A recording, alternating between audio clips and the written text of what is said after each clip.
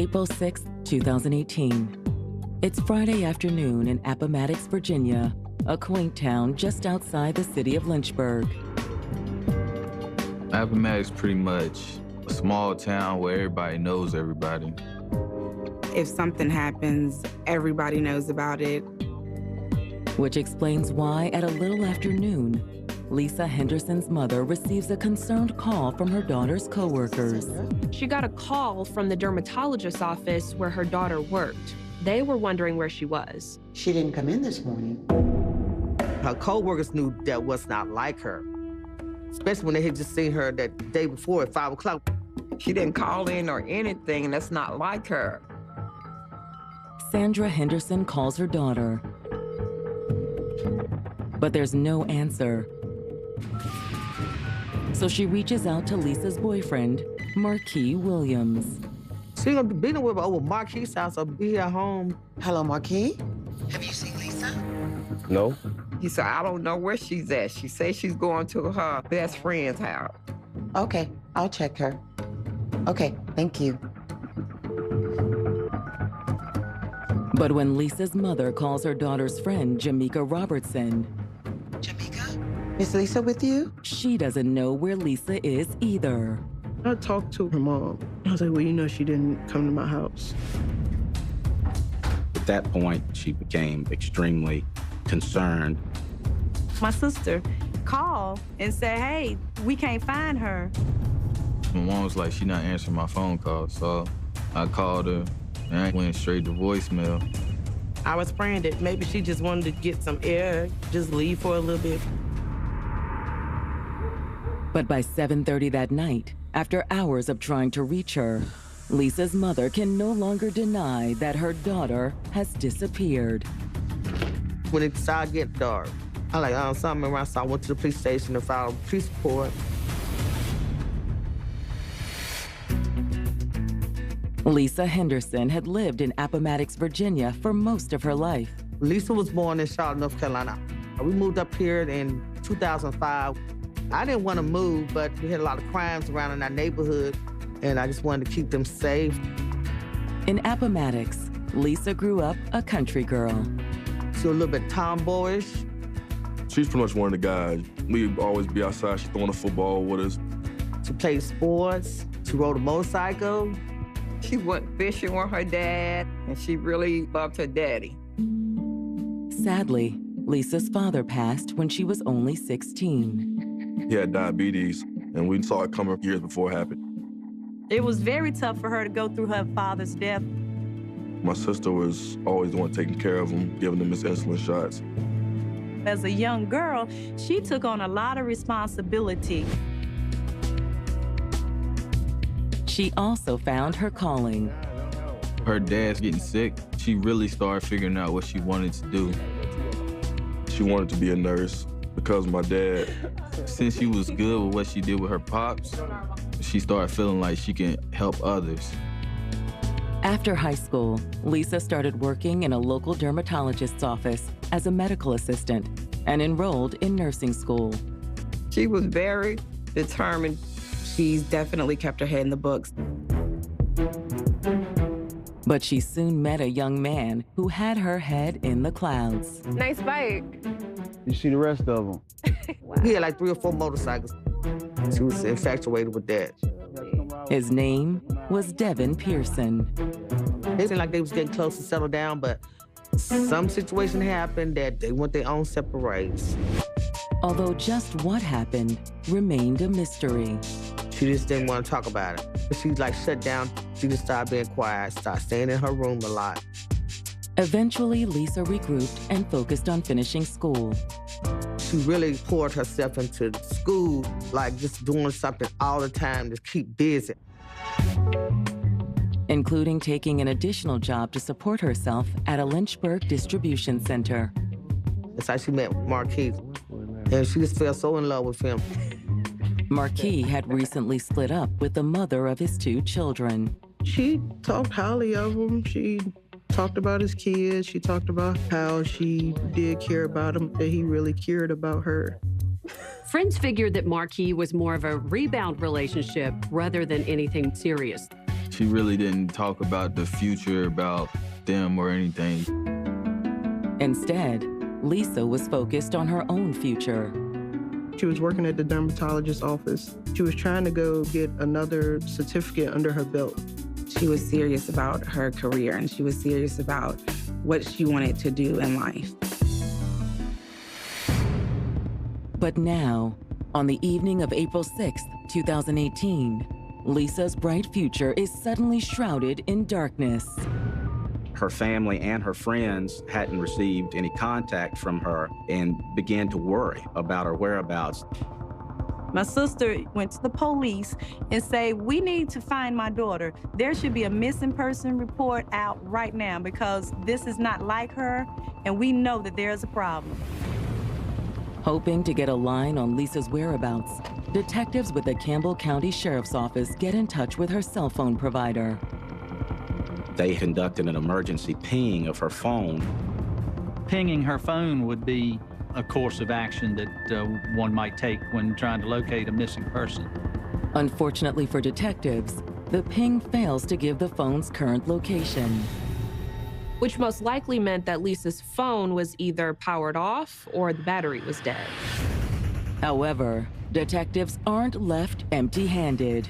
They were able to tell us that last location of the telephone. Last time her phone was pinging and showing activity was in Campbell County on Sage Drive. It was hitting a tower where Marquis Williams, her boyfriend, lived at the time.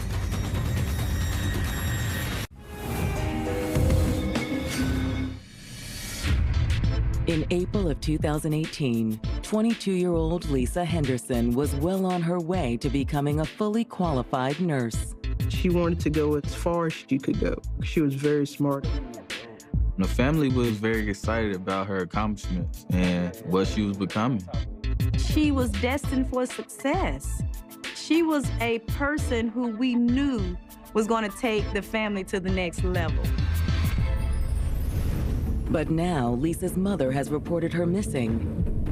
And detectives with the Campbell County Sheriff's Office have traced her last known location to the trailer belonging to her boyfriend, Marquis Williams. So that was certainly a good place for us to start. Before I had him come in, I wanted to know as much about him as possible, so I checked him out as much as I could. Detectives don't find any record of arrests.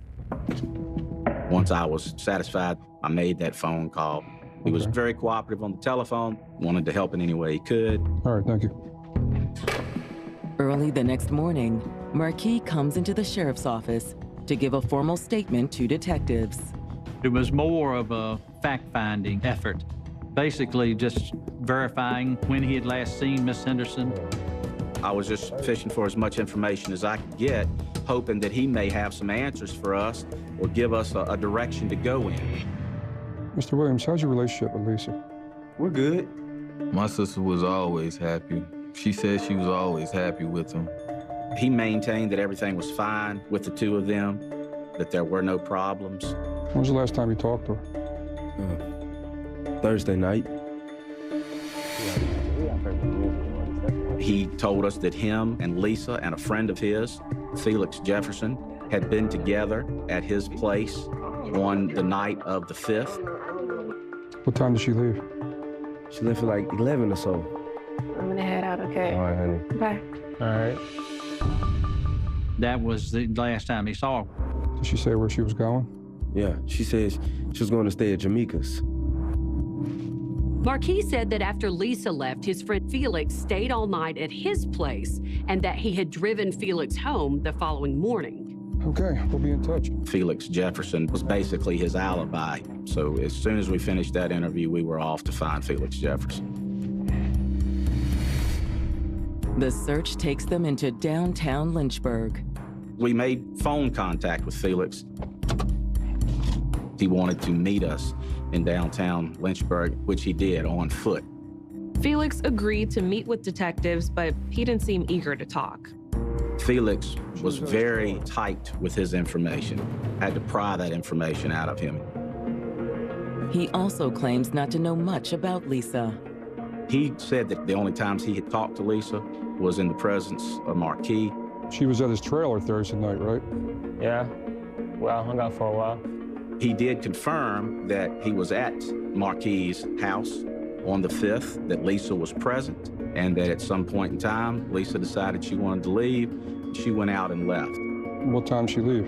I don't know. Sometimes before midnight. That was the same thing that Marquis had stated. Thanks, man. We'll be in touch. Thank you. Free to leave. All right. With Marquis and Felix an apparent dead end, detectives issue a be on the lookout for both Lisa and her vehicle. Publicizing her disappearance was very important. Getting a description of picture of her vehicle out so that citizens could be looking for it or help locate it. Then, seeking more information, detectives turned to Jamaica Robertson, the friend Lisa was supposedly going to stay with on Thursday night. She confirmed that she had been texting to Lisa on the night of the 5th. She texted me until I let her know I was about to go to sleep. Based on the timeline, those text messages lined up with when Lisa was at Marquis' trailer. Lisa was supposed to come back to Jamaica's to stay with her that night. The details all corresponded with what Marquis and Felix had already told detectives. But according to Jamaica, Lisa never showed. The next morning, when I still didn't hear anything, I started to really worry.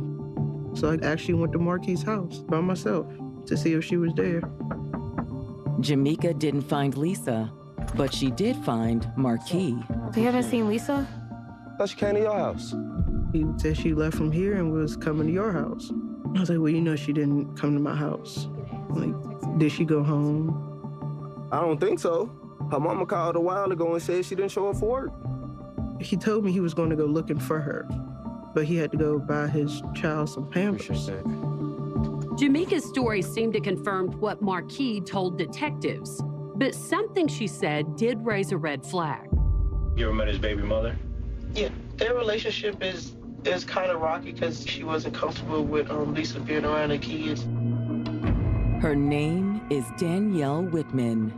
There was some bad blood between Danielle and Lisa. She had a lot of problems with Danielle. She came over there and the baby mama was there. They had words.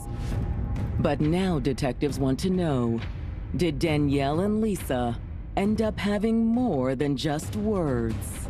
They're both trying to fight for this man. You know how girls are, they jealous. So, you know, things gonna happen.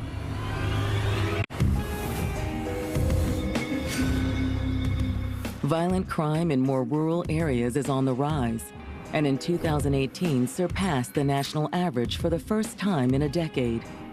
In the state of Virginia, the smaller town of Lynchburg has a violent crime rate of 3.85 per 1,000 residents, triple that of Virginia Beach, a city more than 4 times its size. Detectives in Campbell County, Virginia, have learned that Lisa Henderson has a long history of trouble with a woman named Danielle Whitman.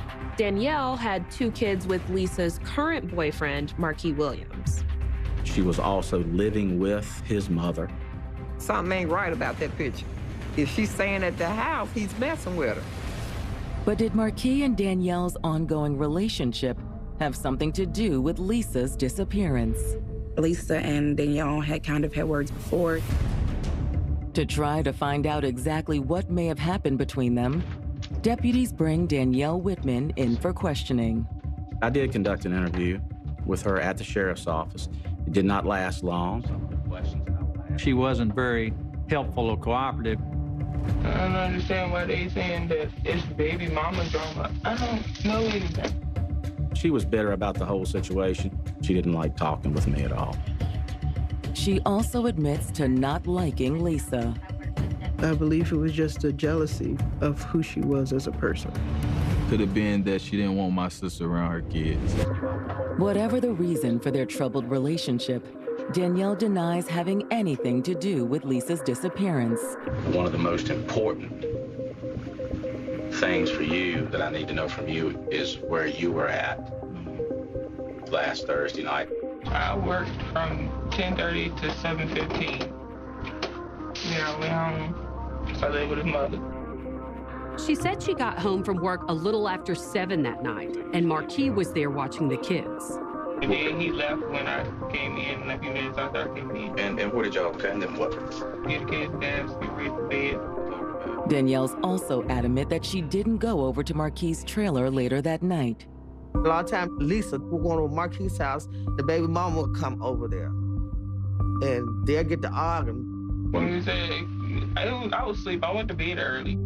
Did you talk to me more that night? He called me in the middle of the night, check on the kids. So how long did that take? I don't know. She didn't give detectives any information other than that call was only around 30 seconds or so. After that, the detectives let her go. But they're not quite done with Danielle. There was some animosity there, and she was still obviously close to Marquis. And his mother, she was entwined in the family. So all those things make her a person of interest. It was entirely possible that Danielle was lying. She could have been there waiting when Lisa left Marquis' trailer Thursday night. That was certainly discussed, and the thought ran through our minds. Hoping to get a better picture of what happened Thursday night, detectives subpoena phone records for Lisa, Marquis, and Marquis' friend Felix. We throw a big blanket when we do phone records, just in case we need to see who's talking to whom and match up phone calls. Felix Jefferson's phone records show that he was telling the truth when he said his only contact with Lisa was through Marquis. There were no phone calls between the two of them. When we looked at the phone records, there was no relationship whatsoever. Lisa's phone records also confirmed that she was texting with her friend, Jamaica Robertson, on Thursday night. Those text messages took place while Lisa was there at Marquis. However, Lisa's phone records also reveal that Jamaica wasn't the only person she was texting that night. The investigators identified another number, which belonged to Devin Pearson. Devin was an old boyfriend of Lisa's. Lisa was hurt about the breakup. She was really hurt about it. Do the text messages suggest some sort of reconciliation? Maybe instead of going over to Jamaica's, Lisa decided to meet up with Devin instead. Detectives only know one thing for sure. That was the last activity on her phone. When detectives search Marquis' phone records, they show that he'd been trying to locate Lisa after she'd gone missing. He was blowing her phone up, wanting to know where she was. But more important for detectives, Marquis' phone records also reveal that Danielle had been lying to them. Danielle claimed she had only talked to Marquis for about 30 seconds, but the records show that the call was more than just a quick check-in. We don't know what those conversations entailed, but we do know he was talking to her for 20 minutes. Obviously, it was now important to find out what they were talking about. However, before detectives can follow up on either lead, there's a new development. Detective Dudley. Someone called police and said they had spotted Lisa's car abandoned in Lynchburg. All right, thank you, bye. We had put out, of course, a BOL, be on the lookout for that car. Once we found that, I knew something was wrong. My sister, she is not gonna just dump her car.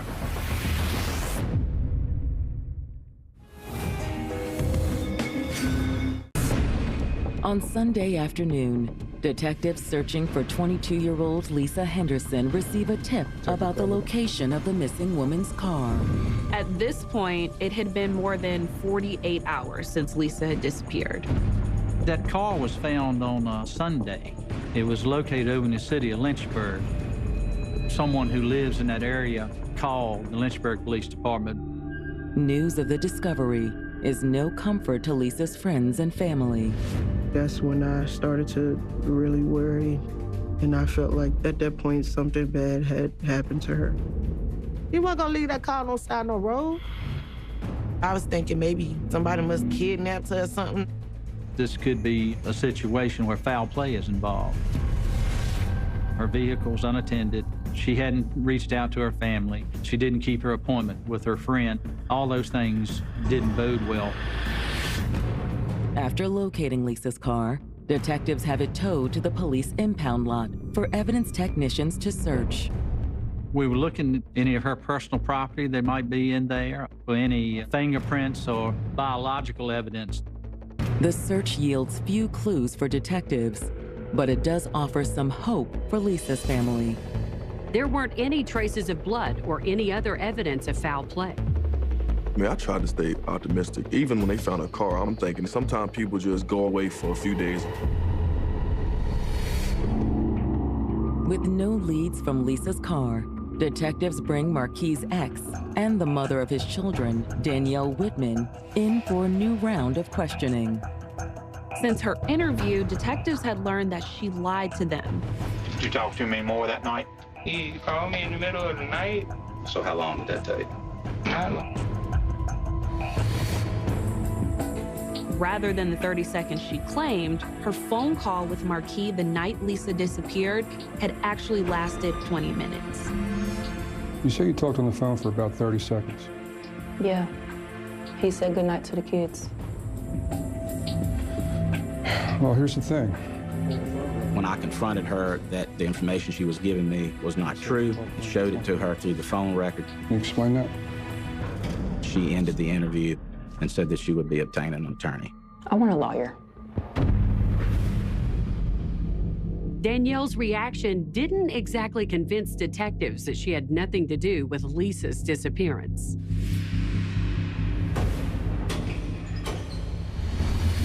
However, she's not the only person detectives are interested in. After talking to Danielle, they also bring Devin Pearson in for an interview.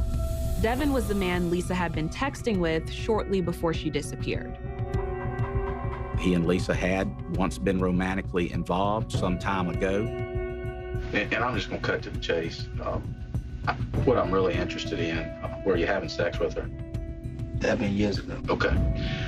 Had y'all recently reconnected, or have y'all been talking the whole time? Well, we reconnected. He told me that they had been texting and talking a little bit, but that's as far as it went, that there were no immediate plans for them to be together or to start a relationship.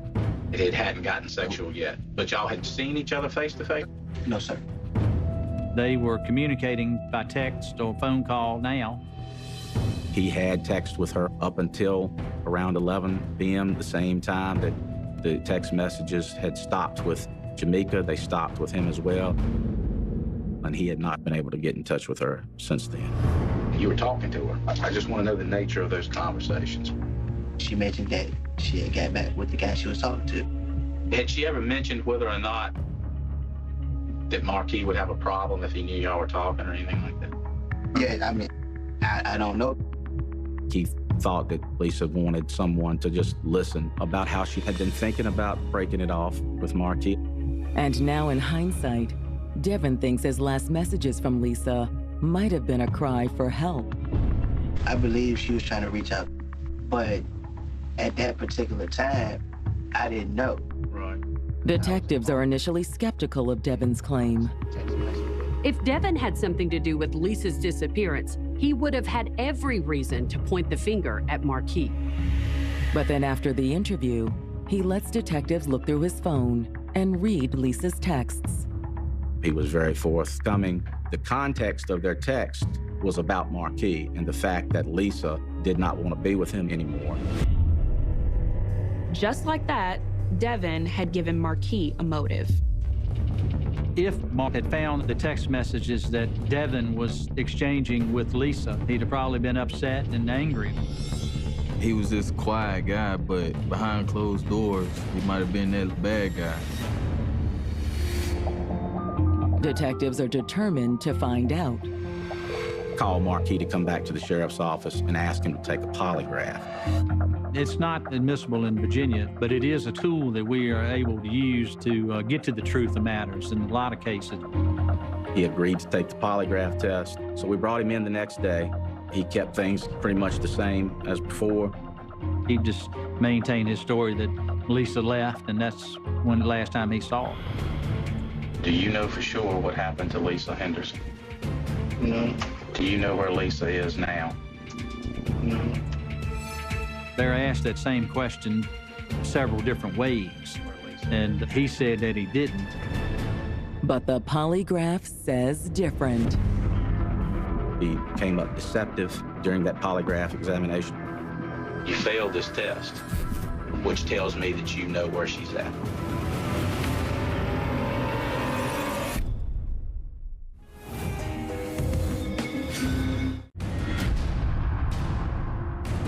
Detectives investigating the disappearance of Lisa Henderson have reason to suspect her boyfriend, Marquis Williams, knows more about the missing nursing assistant than he's been telling. When detectives brought Marquis in for a polygraph exam, the results suggested that he had been lying to them. He's being asked, do you know for sure where Lisa is? He said that he didn't, and his results seem to indicate that he did. Although when detectives confront Marquis with the results, his reaction takes them by surprise. He did break down and cry at some point after that polygraph, but it wasn't talking about Lisa. He was crying, telling me that he had never been in any trouble. I'm telling you everything I know. You're not telling me what happened to Lisa. I don't know. Okay? He ended that interview and he asked for an attorney. With Marquis refusing to talk, detectives descend on his trailer with a search warrant. Detectives were looking for traces of blood or any other indications of foul play. Detectives don't find any blood, but they don't come away empty-handed. We did seize multiple firearms from his residence. There was, I want to say, 18 or 19 guns taken from the home.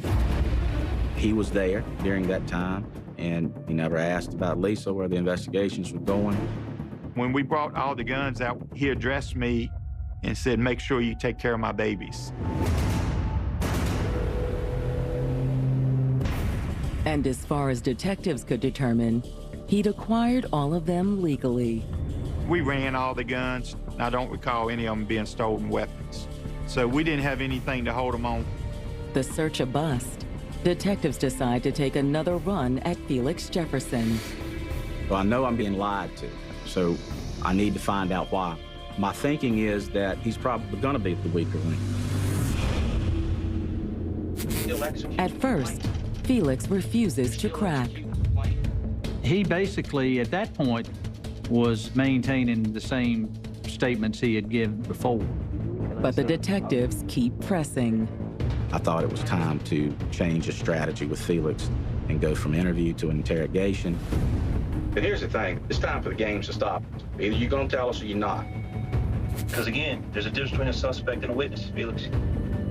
That helped, I believe, to get Felix to think it was time to start talking, to try to start serving himself.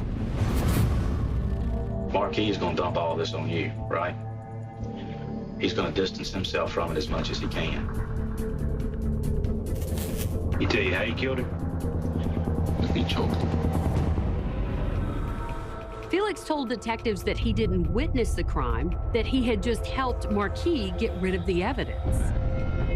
When he finally started admitting it, he did admit that they took the car over there and dropped it off, that Marquis drove the car and that he picked him up. Then they went down and disposed of the evidence at the James River. Felix told us that they threw her keys and her phone into the river. So where is the body? That's the problem. I don't know. But you know it's gonna be a really big problem for you if you don't direct us to that body. I did pry very hard with him about finding her body, how important it was for her family, to give her family some relief and at least knowing that she's not, laying out somewhere. That seemed to help a little bit. You said a lot of different things. Why should somebody believe that you didn't kill her and he killed her? He was a follower, and he just did whatever Marquis told him to do. Marquis needed help taking that car down to Lynchburg, so he did it. Marquis needed help disposing of her body, so he did it. Finally, Felix admits that he knows exactly where Lisa's body is. So tell us where we can go get that girl. It was in Concord. He's saying that he had went with Marquis to dispose of her body in the wooded area off of Plum Branch Road in Campbell County. He knew roughly how to get there from Marquis' home.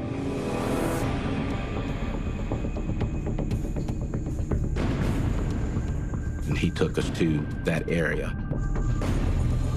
We walked that area for quite some time. And a few hundred yards off the main highway, they find Lisa. The body was not covered. She was laying there clothed, but no attempt to hide the body. It looked like she'd been out there probably 5 days. However, the body is still in good enough condition for the detectives to realize that Felix has been lying to them. She wasn't strangled. This was something completely different. Her body was riddled with bullet holes.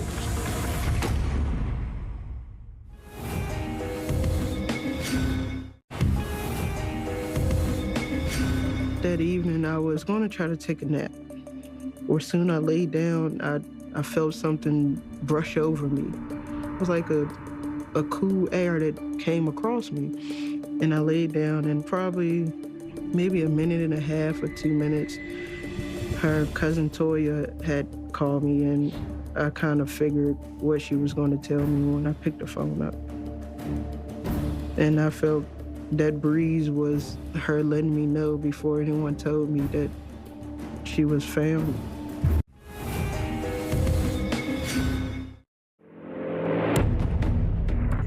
Felix Jefferson has just led detectives to where he and Marquis Williams dumped Lisa Henderson's body in the woods outside Lynchburg, Virginia. He's stating that Lisa had been strangled by Marquis, but that's certainly not the case here. She had been shot. You could see bullet holes in some of her garments she was wearing, and some of her injuries to her head, scalp, and face. Gunfire had caused some of it. And we found evidence beside her shell casings consistent with that. We picked up 8 or 9 shell casings. While the coroner and CSI arrive to process the scene, officers tackle the grim task of informing Lisa's family their agonizing wait is over. The sheriff had came to our house. He went straight to the point. He was like, we found Lisa. Oh no, not my baby. My heart just dropped. He said, well, Lisa was murdered. And from that point, I just hollered, screamed, and I just lost it. Everybody lost it. I didn't want to believe it. I'm thinking this cannot be true. This is not us. We cannot be going through this. While Lisa's family struggles with the tragic news, detectives haul Felix Jefferson back into the interrogation room and confront him about his lies. We were able to look at him and say, Felix, she wasn't strangled. There were obvious gunshot wounds there. That's when his story evolved to, well, yes, Marquis did shoot her. I ain't asking no questions why. I don't know.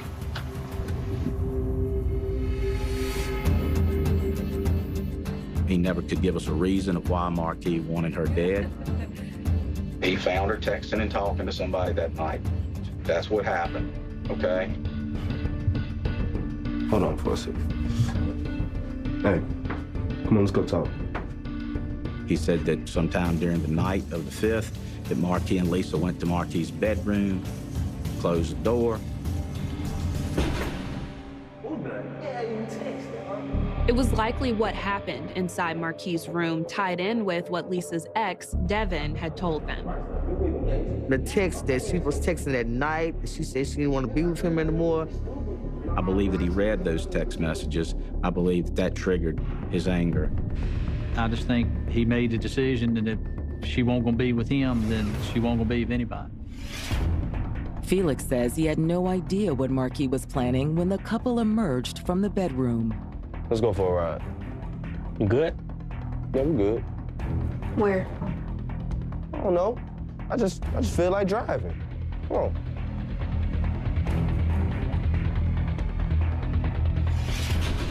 Although based on what Felix says, during their drive, Lisa could sense something was up. This the place. He said that there was some talk between the two about their relationship. You remember that time that we went to the beach?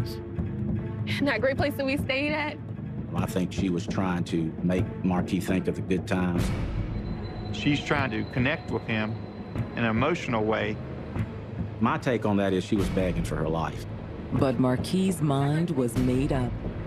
Felix says that when he got out of the car, Marquis gave him a gun. What are you doing?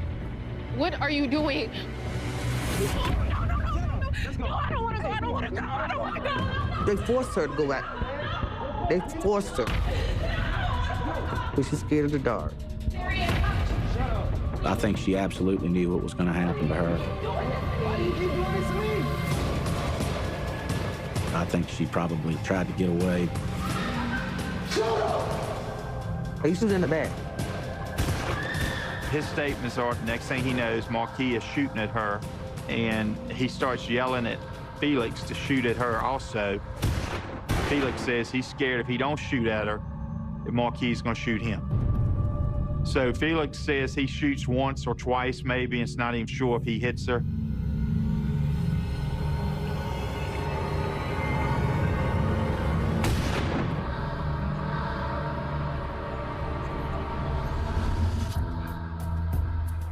After his confession, detectives place Felix under arrest.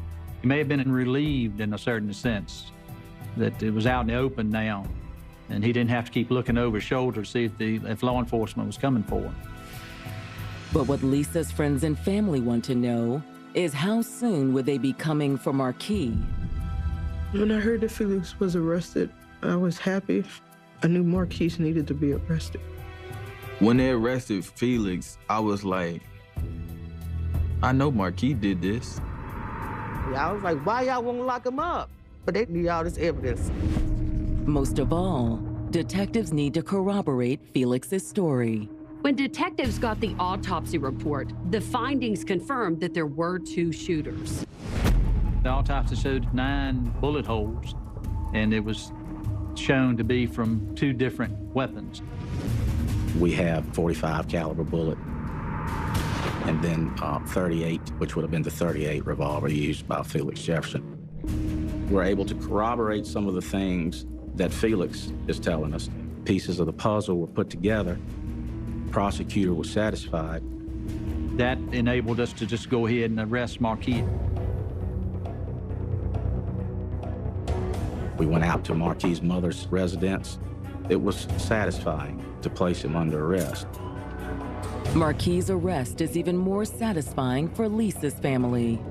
My mom, that's all she wanted, was Marquis to be arrested. So it was a relief. I was really happy, just happy. Unlike Felix, Marquis makes no further statements to detectives. Marquis Williams thought himself to be smarter than anybody else involved in this case. Faced with overwhelming evidence, Felix Jefferson pleads guilty to murder. He got 43 years with 20 suspended. Had it not been for him, I believe this case would have got solved, but it took a lot longer. Marquis Williams ultimately also pleads guilty. This could have been a capital case, because if you abduct somebody in the state of Virginia, it's one of the qualifying reasons you can get the death penalty. And that young lady was kidnapped and taken to that location. So for him to plea, that was him saving himself. Marquis was sentenced to life in prison without the possibility of parole.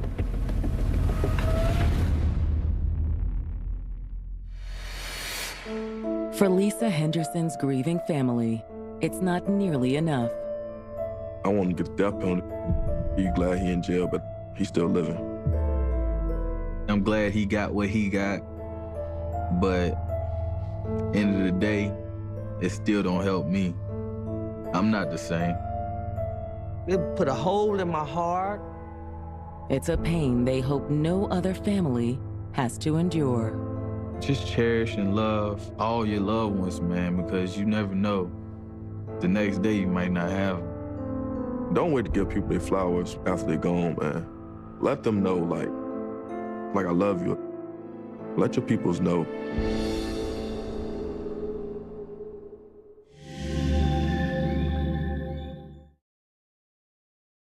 The neon heartbeat of Tokyo usually drowns out the darkness, a city of 30 million souls where the lights of Shinjuku and Shibuya burn bright enough to blind you to the shadows.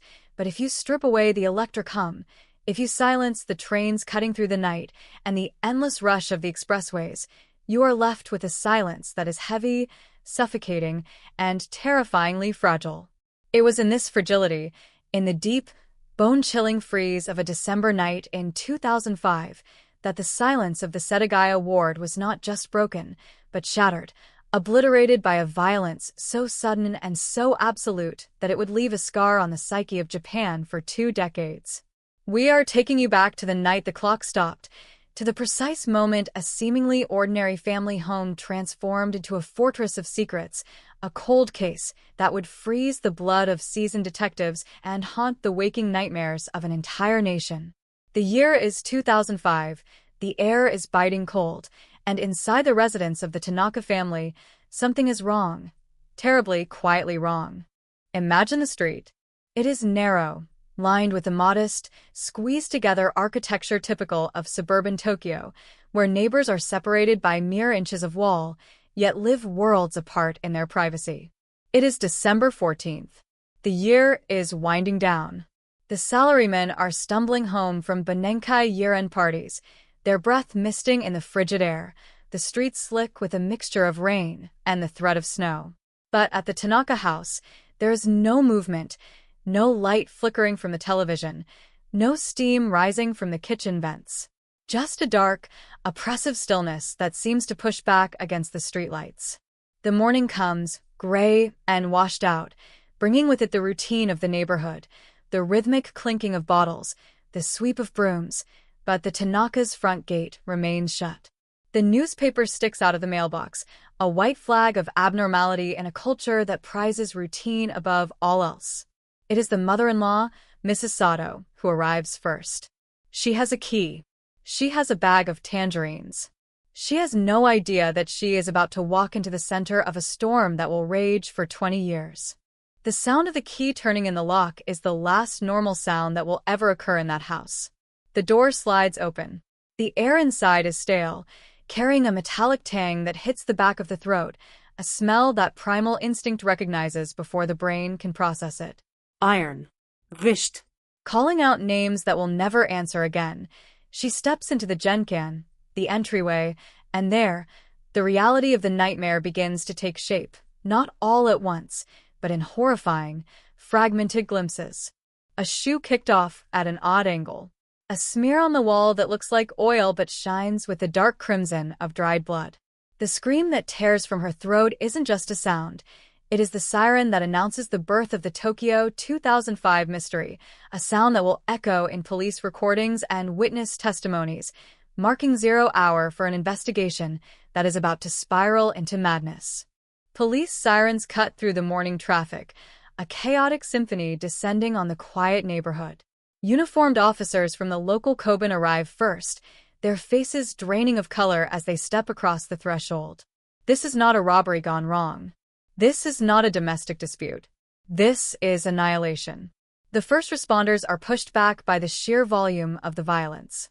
The father, found near the stairs. The mother and 2 children in the rooms above.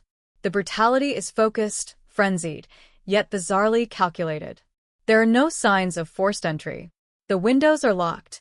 The back door is secured. The house is a sealed box, a tomb constructed of wood and plaster, and inside, the killer has left a tableau of carnage that defies logic. The police tape goes up, yellow lines slashing across the gray winter landscape, pushing back the gathering crowd of onlookers, neighbors clutching their coats tight against the chill, whispering, their eyes wide with the shock that only hits when the monster visits your own backyard. Detectives from the Metropolitan Police Department arrive in unmarked sedans, men in trench coats with cigarettes burning low, their eyes scanning the perimeter, looking for the mistake, the slip-up, the footprint in the frost.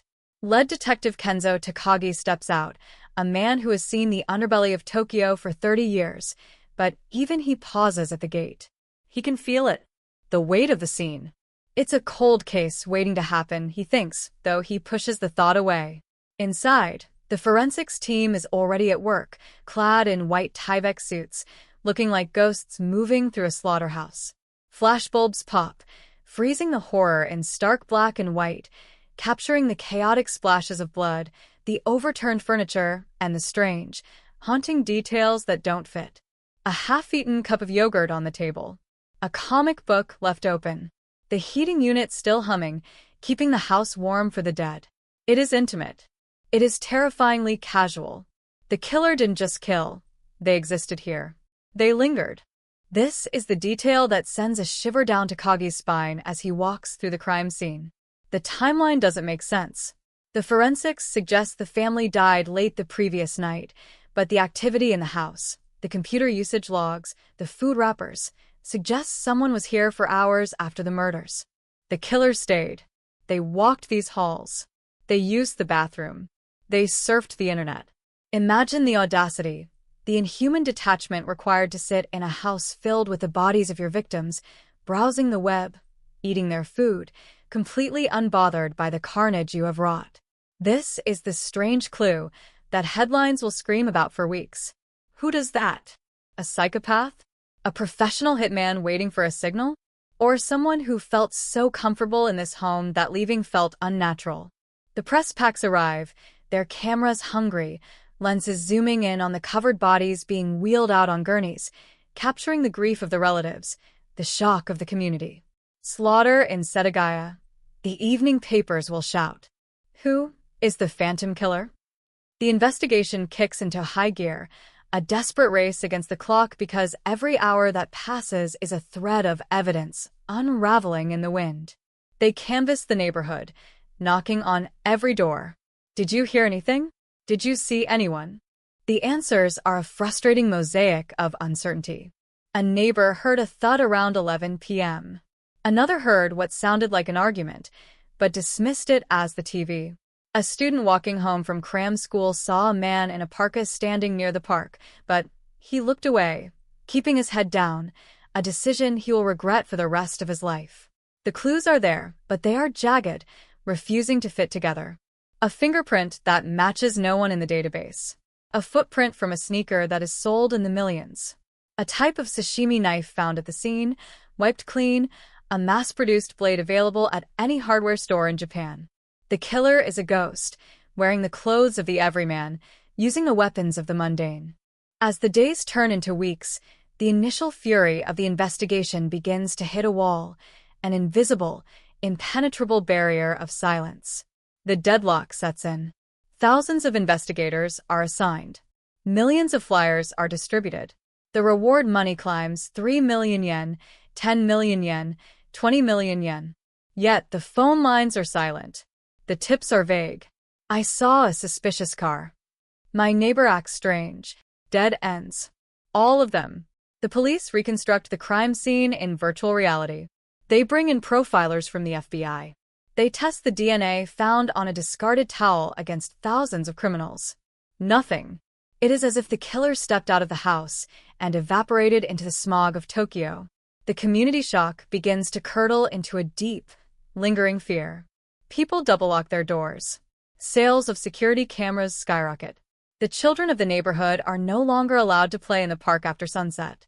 The Tanaka house stands empty, a dark void in the row of lit windows, a constant, silent reminder of the failure of justice. Years pass. The cold case designation becomes official. The file boxes stack up in the archives of the MPD, gathering dust. Detective Takagi retires, a broken man, haunted by the eyes of the youngest victim, the case the one shadow he couldn't outrun. The media interest fades, replaced by newer scandals, fresher tragedies. But for the families left behind, time does not move. They're stuck in 2005. They hold press conferences every December, their faces older, lined with grief, holding up photos of the smiling family, begging the public for information. Please, they say. Someone knows something. And they're right. Someone does know. The killer is out there, perhaps walking the same streets, perhaps sitting on the same train, perhaps reading the news about his own crime with a faint, arrogant smile. The silence of the case is a loud, screaming accusation against the competence of the police and the safety of society. But secrets, no matter how deep they are buried, have a way of rotting their way to the surface. The human conscience is a fragile container, and the body, when it begins to fail, often seeks to unburden the soul. Fast forward. The year is 2025. 20 years have passed. The Tanaka house has long been demolished, replaced by a parking lot, the physical scars erased, but the spiritual wound remains open. In a sterile hospital room on the outskirts of Tokyo, miles away from the crime scene, an old man lies dying. The monitors beep rhythmically, counting down the seconds of a life lived in the shadows. He is alone, save for a tired nurse changing his foredrip. He has no family. He has had no visitors. He is just a number, a fading blip on the hospital census. But his eyes, clouded with cataracts and the haze of morphine, suddenly snap open with a terrifying clarity. He grabs the nurse's wrist. His grip is surprisingly strong, desperate. "Listen," he rasps, his voice like grinding stones. "Police. Get. Police." The nurse tries to calm him, thinking it is the delirium of the end, the hallucinations of a dying brain. "Rest now, Tanaka-sen," she says, using the name on his chart, a common name, a fake name. But he shakes his head, tears leaking from the corners of his eyes, cutting tracks through the age spots on his cheeks. "Not Tanaka," he wheezes. I was there. The house. The snow. 2005. The nurse freezes. Every person in Japan knows those keywords. The house. The snow.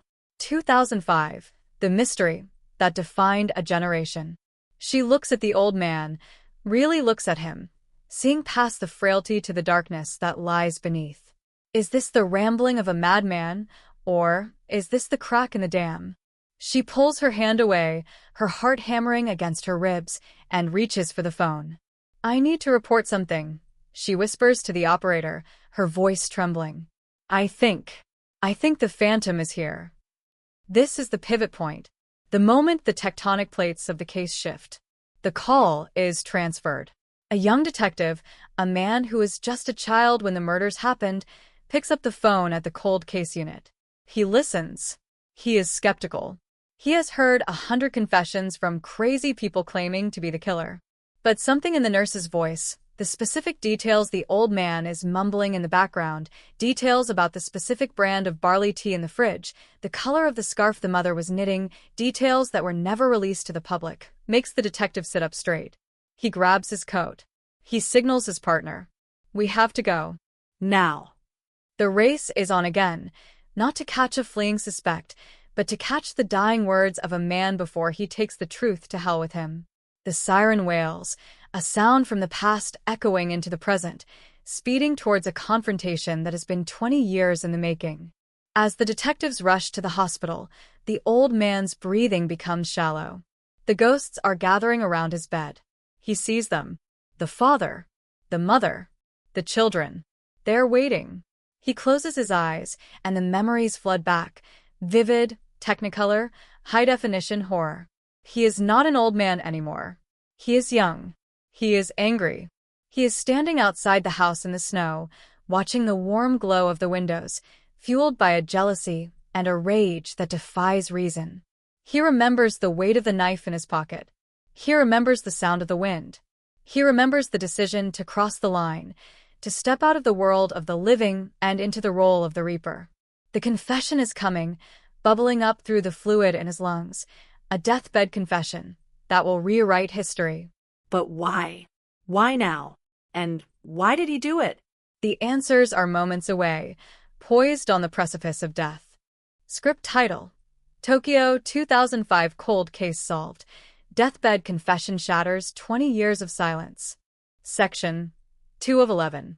The siren is a physical force, a sonic weapon parting the sea of red taillights that clog the arteries of the Tokyo Metropolitan Expressway, the wail bouncing off the concrete sound barriers, echoing the urgency that claws at Detective Kaito's chest. He grips the steering wheel until his knuckles turn white, the leather biting into his skin, his eyes darting between the speedometer and the rain-slicked road ahead, every second ticking by on the dashboard clock feeling like a hammer blow to the temple.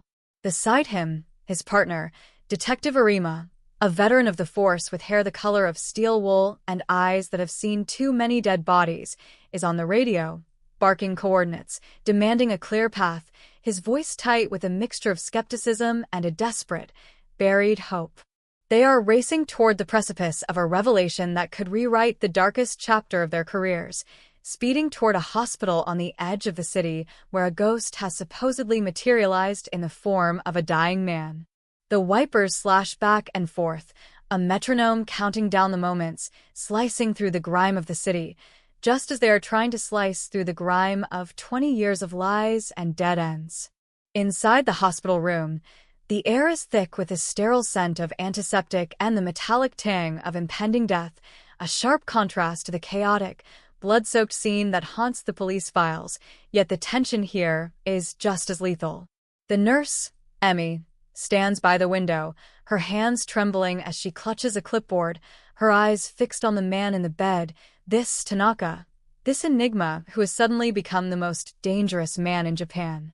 He is muttering again, his voice a low, wet gurgle, a sound that seems to bubble up from a lung filled with fluid and secrets. He is not looking at her. He is looking through the ceiling tiles, staring into a void that only he can see, his fingers twitching on the coarse hospital sheets as if he is trying to grasp something that isn't there, a knife handle, a doorknob, a memory. The window, he whispers, the words slurring but unmistakable. Bathroom window. High up. Need to climb.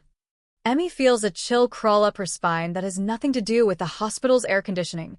She knows that detail. Everyone who obsessed over the case knows that detail. The entry point that baffled investigators, the small, high window that required an acrobatic feat to breach. Back in the car, the city blurs into streaks of neon and shadow, a hallucinogenic tunnel of light and speed. Kaito's mind is racing faster than the engine, flipping through the mental Rolodex of the Setagaya file, the images searing themselves onto his retinas. He sees the crime scene photos that were burned into his memory at the police academy, the gruesome tableau of the family destroyed in their own sanctuary. He remembers the baffling evidence, the killer's clothes left folded neatly at the scene, the ice cream cups eaten with a bizarre nonchalance, the computer mouse with fingerprints that matched no one. If the man in that hospital bed is truly the phantom, then he is the owner of those fingerprints, the man who wore that sweater, the monster who ate that ice cream while the bodies cooled in the next room. It seems impossible. Monsters are supposed to be giants, mythical beasts, not frail geriatrics dying of pneumonia in a charity ward. Is it a hoax? Arima asks, breaking the silence, his voice rough. We get a confession every year, Kaito. Every nut job wants the glory of being the boogeyman. The nurse said he knew about the scarf. Kaito replies, his voice tight, refusing to look away from the road. The specific weave. The color. That detail was never released. Not to the press. Not to the public. Only the family and the initial response team knew about the mother's knitting project. The scarf. It was a small, heartbreaking detail, a half-finished gift found in a basket near the sofa, untouched by the violence, but stained with the invisible residue of the tragedy. If the old man knows about the scarf, he was inside the house. He saw it. He was there before the police, before the media, before the world descended on the Tanaka residence. The realization hangs heavy in the car, a suffocating weight. This isn't just a lead. This is the key to the lock that has rusted shut for 2 decades. The car swerves around a delivery truck, the tires shrieking in protest, the G-force pressing them into their seats, propelling them closer to the truth. In the hospital room, the patient's vitals are crashing, the monitors beep accelerating into a frantic rhythm that mirrors the panic rising in Emmy's throat. She presses the call button for the doctor, but her eyes never leave the old man's face. It is a face mapped with deep crevices, a landscape of hardship and anonymity, The face of a man you would pass on the street without a second glance, a gray man capable of blending into the concrete background of the metropolis. But now, in the throes of death, the mask is slipping. His lips pull back in a grimace that looks disturbingly like a smile, a rictus of remembered adrenaline. Too loud, he hisses, his eyes darting side to side. The dog. Next door. Barking. Emmy freezes. The dog. The neighbor's dog had barked that night, a detail mentioned in a buried witness statement, a footnote that never made the headlines. This man is reliving the infiltration, step by terrifying step. He is not hallucinating angels. He is hallucinating the fence he climbed, the gravel he crunched underfoot, the cold bite of the December wind against his skin. The detectives arrive at the hospital entrance, the car screeching to a halt in the ambulance bay, the siren dying with a low groan. They burst out of the vehicle, flashing badges that gleam under the harsh security lights, bypassing the startled security guard, sprinting toward the elevators. 4th floor, Kaido yells, slamming his hand against the button, the metal cool against his sweating palm. The elevator takes an eternity, the numbers lighting up with agonizing slowness. 1, 2, 3, each floor a barrier between them and the answer. Kaido checks his weapon, a reflex born of habit. Though he knows they aren't there to shoot, they're there to catch a whisper. The doors slide open, and they run down the corridor, the squeak of their rubber soles on the linoleum announcing their arrival like a gunshot. Nurses scatter, doctors look up in alarm, but the detectives only see the door at the end of the hall, room 404, the number of death in Japanese superstition.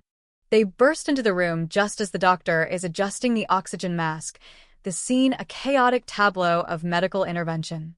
Stop. Arima barks, his voice commanding, filling the small space. Police. Step away from the patient. The doctor looks up, indignant, his stethoscope around his neck. He is critical. You can't be here. But Arima is already moving, pushing past the medical staff, his eyes locking onto the figure in the bed. Kaido follows, pulling out a digital recorder, his thumb hovering over the record button. The room falls into a stunned silence, the only sound the erratic beeping of the heart monitor and the ragged, gasping breath of the man who calls himself Tanaka. Kaido approaches the bed slowly, like one approaches a wild animal caught in a trap, fear and fascination warring in his gut. He looks at the man.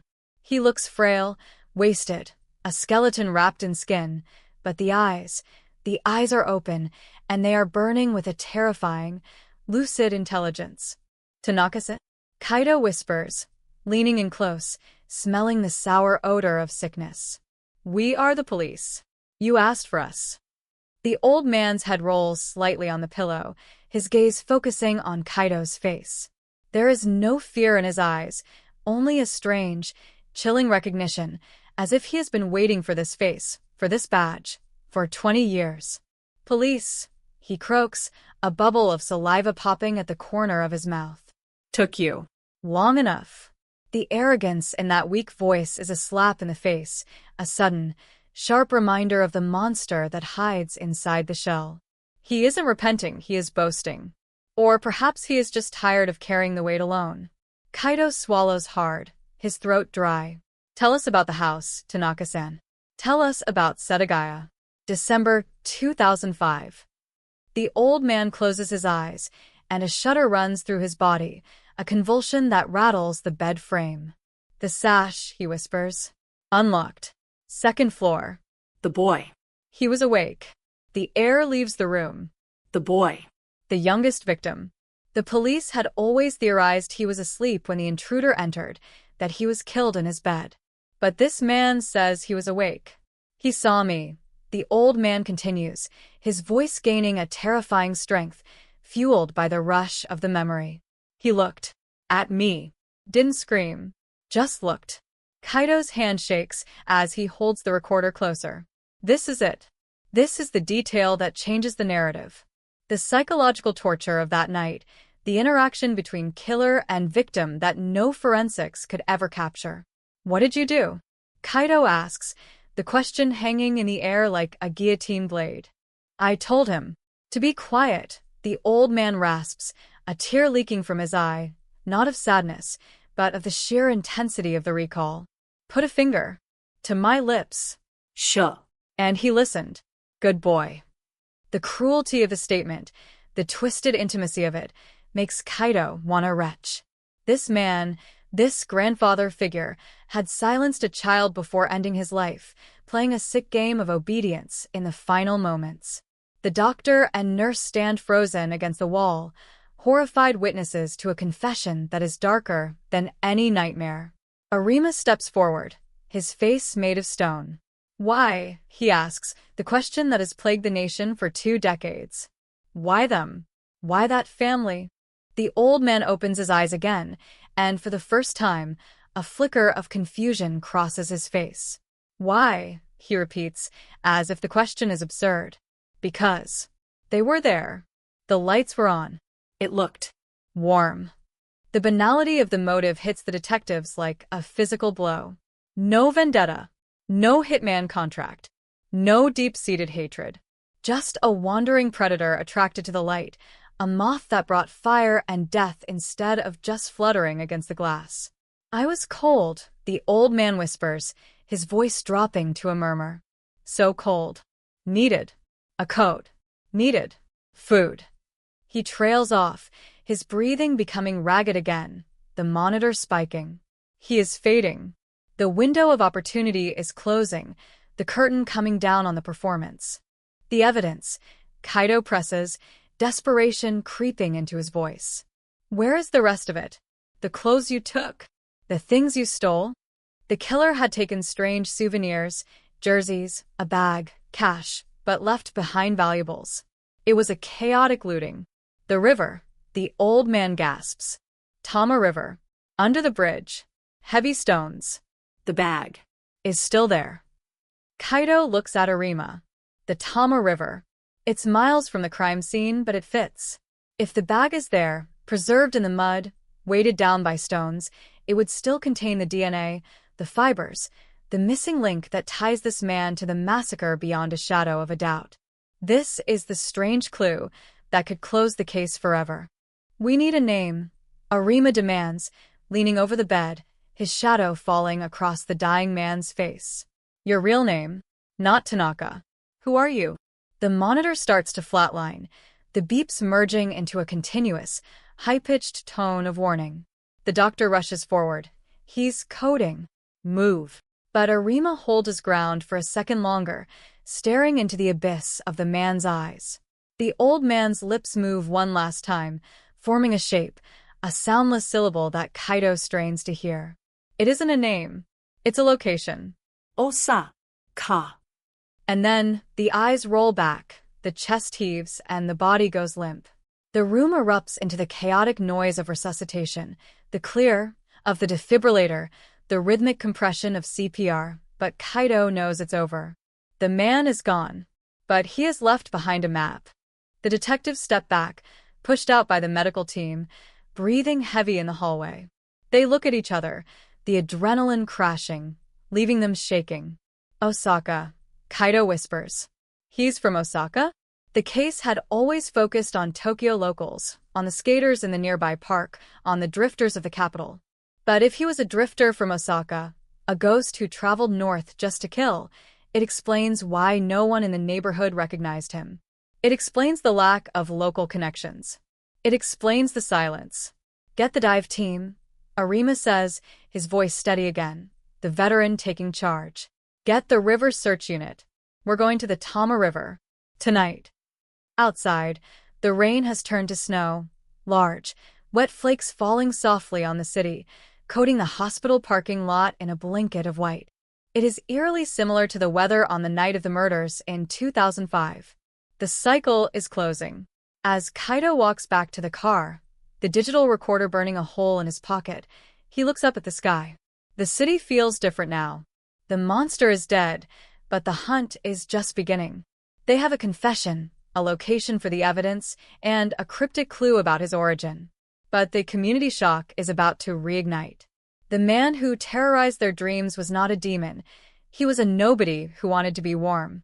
And that truth is far more terrifying than any fiction.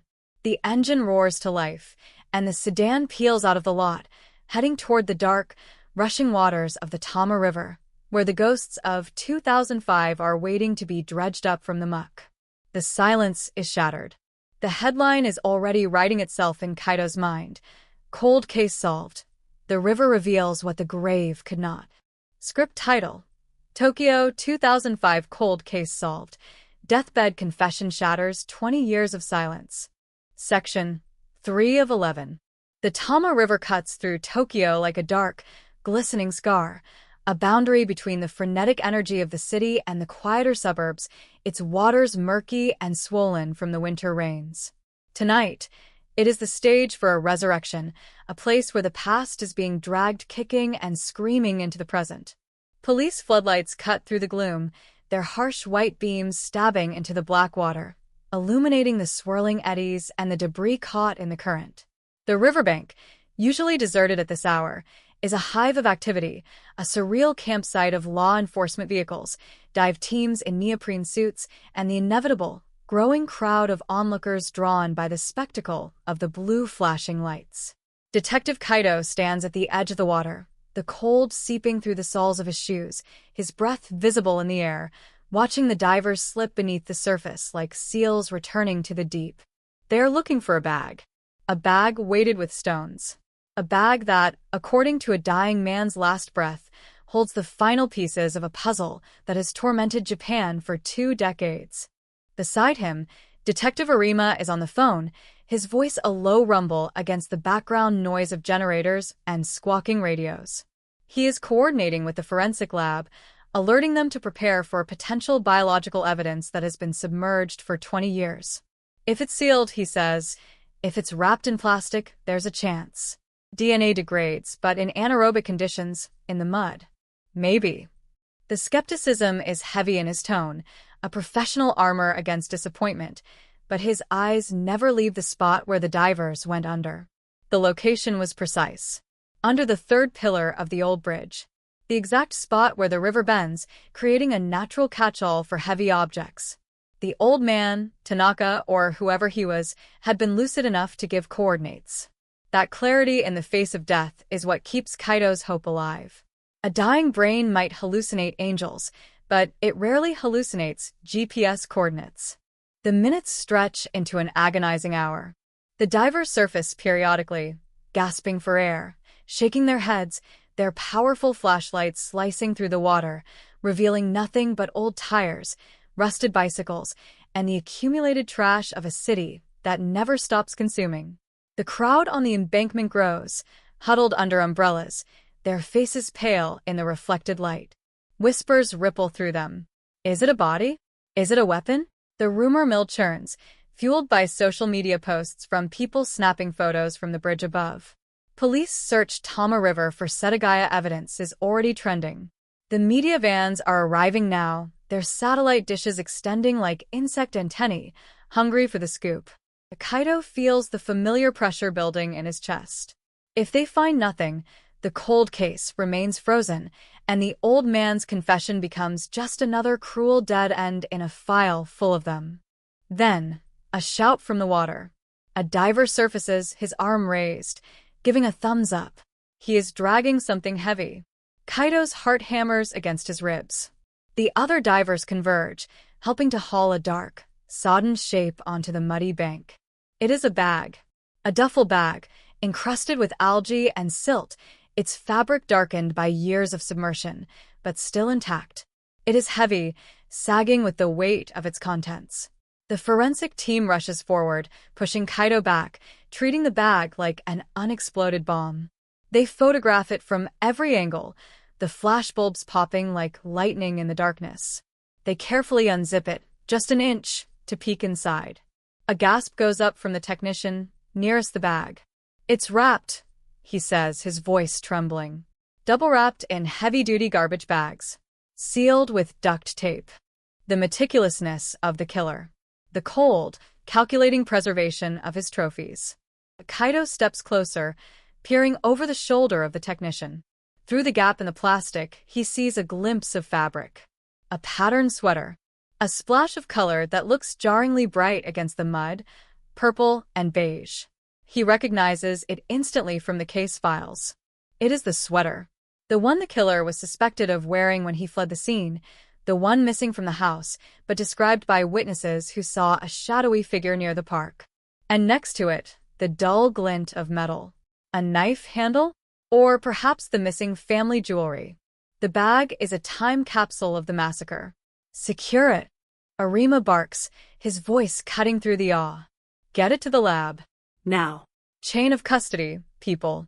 The bag is placed into a sterile container, sealed, and loaded into a waiting van, which speeds off with a police escort, its sirens wailing a triumphant song into the night. Back at the station, the atmosphere is electric. The deadlock has broken. This strange clue has yielded fruit. The lab technicians work through the night, peeling back layers of wet plastic, revealing the contents of the bag. Inside, they find not just the sweater, but a treasure trove of evidence. A pair of gloves stained with what looks like dried blood. A wallet belonging to the father. And, most chillingly, a small, cheap digital camera. The kind that was popular in the early 2000s. If the memory card is intact, if the images survived, Kaito shudders at the thought. Did the killer document his crime? Did he take souvenirs of the dead? The possibility adds a layer of depravity to the case that makes his stomach turn. As dawn breaks over Tokyo, painting the sky in hues of bruised purple and gray, the preliminary results come in. The DNA from the inside of the gloves matches the partial profile found at the scene. It is a match, a definitive scientific link. The killer is the man in the hospital bed. The man who died named Tanaka. But who is he? The fingerprints from the bag match a petty criminal record from Osaka, a man named Hiroshi Ogawa, born in 1965. A drifter, a man with a history of burglary and assault, who disappeared from the radar in late 2005. Hiroshi Ogawa, Kaito says, reading the name off the screen. A ghost. A nobody.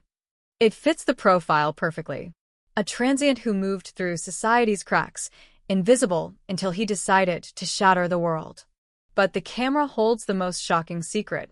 The technicians manage to extract data from the corrupted card. It is fragmented, pixelated, but viewable.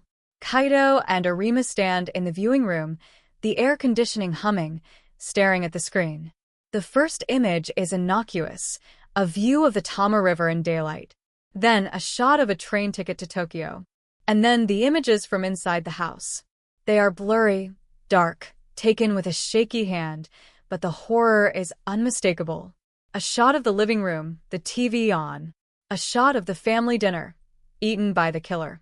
And then a final image, timestamped 3 a.m. It is a selfie. A grainy, low-resolution photo of Hiroshi Ogawa's face, splattered with blood, smiling a terrifying, empty smile, holding up a peace sign in the mirror of the Tanaka family's bathroom. The audacity. The sheer, unadulterated evil. He wanted to be seen, Arima whispers, his face pale. He wanted us to know who he was. He was taunting us from the grave. The news breaks at 8 a.m. Tokyo cold case solved. Killer identified. The headlines scream across every screen in the country. The community shock returns, but this time it is mixed with a grim satisfaction. The face of Hiroshi Ogawa is plastered on every television, every smartphone. The neighbor who heard the thud, the student who saw the man in the parka, they all see the face and feel the chill of recognition. That's him, they whisper. That's the man. The mystery that haunted a generation is over. The phantom has a name. The monster has a face. But for the surviving relatives, the relief is bittersweet. Justice has arrived too late to save the dead, too late to punish the living. The killer escaped earthly judgment, slipping away into death just as the net closed. But the story doesn't end there. As the police dig deeper into Ogawa's past in Osaka, a disturbing pattern emerges. He wasn't just a drifter. He was a fixer for a local Yakuza group, a man who did the dirty work that no one else wanted to do. Was the Setagaya massacre truly a random act of a cold, hungry man? Or was it something more? Kaito reviews the old case files, specifically the sections about the father's business dealings. He worked for a consulting firm that had recently expanded into Kansai, the region including Osaka. Had he crossed paths with the wrong people? Was the robbery a cover for a hit? The deathbed confession mentioned being cold, but the brutality suggests a personal vendetta or a professional elimination disguised as chaos. Kaito is back in his car, driving toward the airport. He is going to Osaka. The case is officially solved, the killer identified, but the why still gnaws at him. The old man's words about the boy, he looked at me. Good boy, haunt him. It implies a level of interaction, of control, that goes beyond simple burglary. And this strange clue of the sash being unlocked. Was it left unlocked? Or did someone inside open it? Kaito remembers a rumor, a whisper from the early days of the investigation, about a dispute over land in Setagaya involving a developer with ties to organized crime. The father had opposed the development. Could Ogawa have been the enforcer sent to send a message? Arima calls him as he is boarding the flight. Kaito, we found something else in the bag. A notebook. Wet, mostly illegible, but the lab recovered some pages. It's a ledger. Names. Dates. Payments. Kaito freezes in the jet bridge, the passengers flowing around him like a river. Does the father's name appear? He asks, his heart pounding. No, Arima says. But the name of his boss does. And a date. 2 weeks before the murders. The plot thickens. The random act theory is crumbling. The cold case is heating up again, revealing layers of conspiracy that reach far beyond a single house in Tokyo. The plane takes off, banking over the sprawling metropolis, leaving the scene of the crime behind. Kaito looks out the window, watching the city shrink into a grid of lights.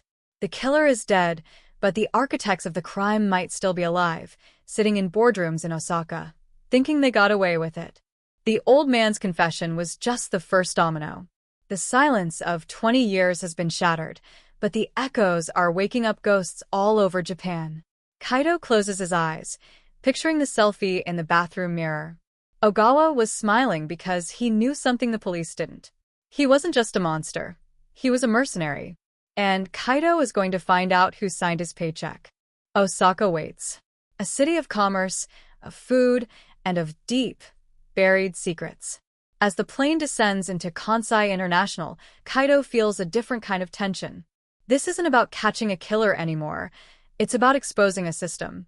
The news broadcast in his head shifts tone. From cold case to conspiracy, the truth behind the Setagaya murders.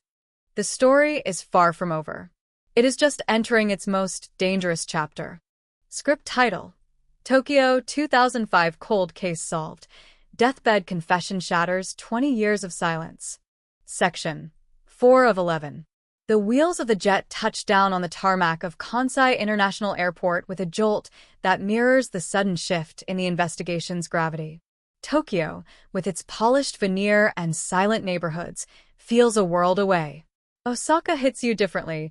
It is louder, brighter, a city that wears its heart and its hustle on its sleeve. But beneath the neon glare of Dotonbori and the friendly banter of the street vendors lies a labyrinth of old power, where alliances are forged in backrooms filled with cigarette smoke and unspoken agreements.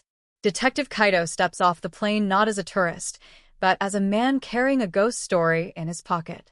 He rents a nondescript sedan, the kind that blends into the endless stream of traffic flowing towards the city center, and heads straight for the prefectural police headquarters. The air here is warmer than Tokyo, humid even in winter, clinging to his skin like a bad memory. He is here to chase a lead that shouldn't exist, a connection between a brutal family slaughter in the capital and a construction conglomerate in the merchant city. The local detectives are polite but wary.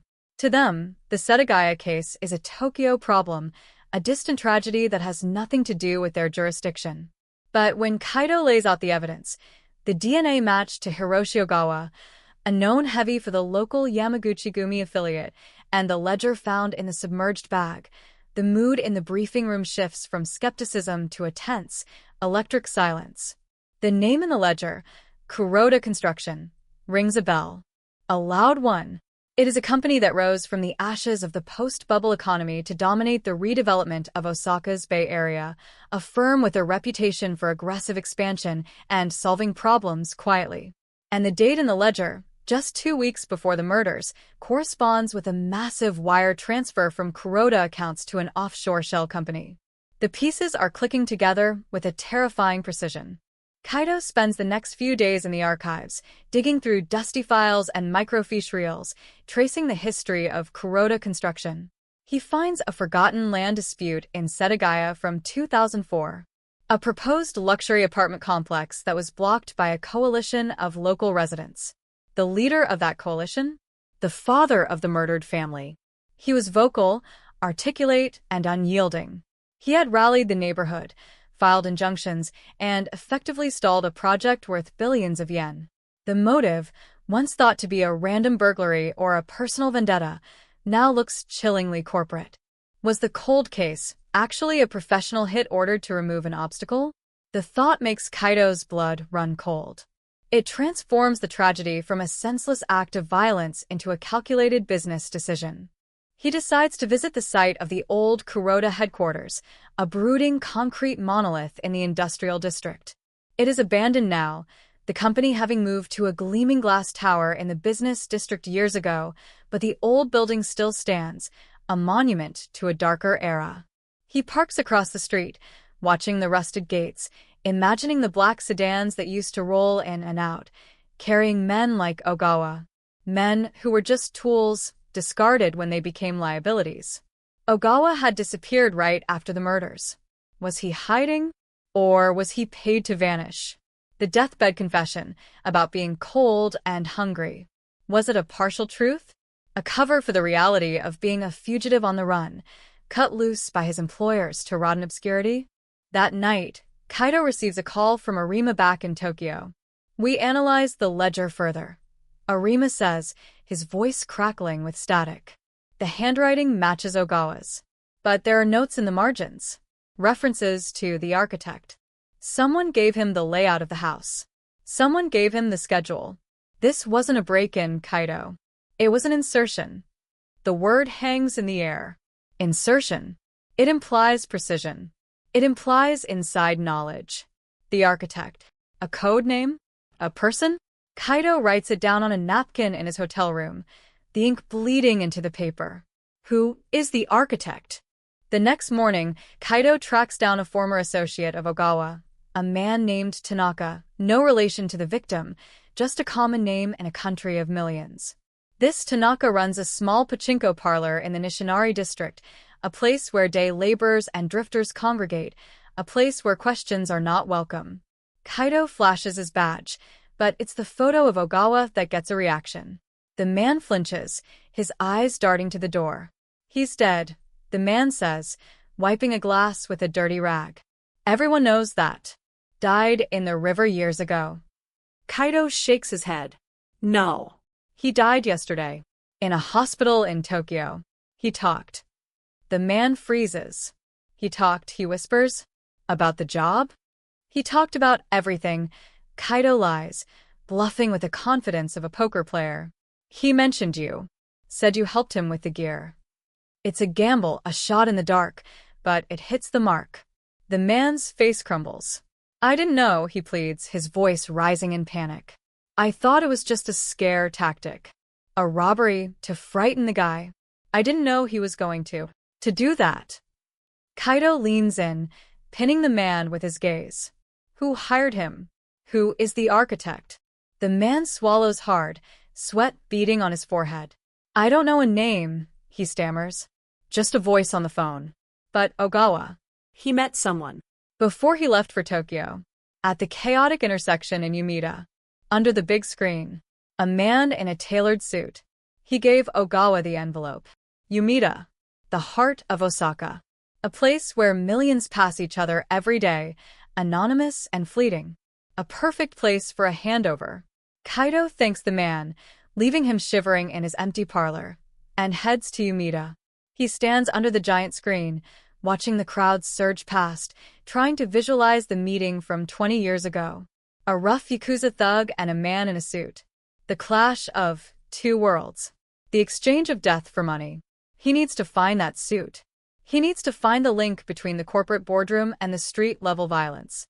Back at the hotel, Kaito dives into the corporate records of Kuroda Construction again. He looks for executives who were active in 2005, men who would have handled sensitive projects. One name stands out: Masaru Iwata, the then vice president of operations.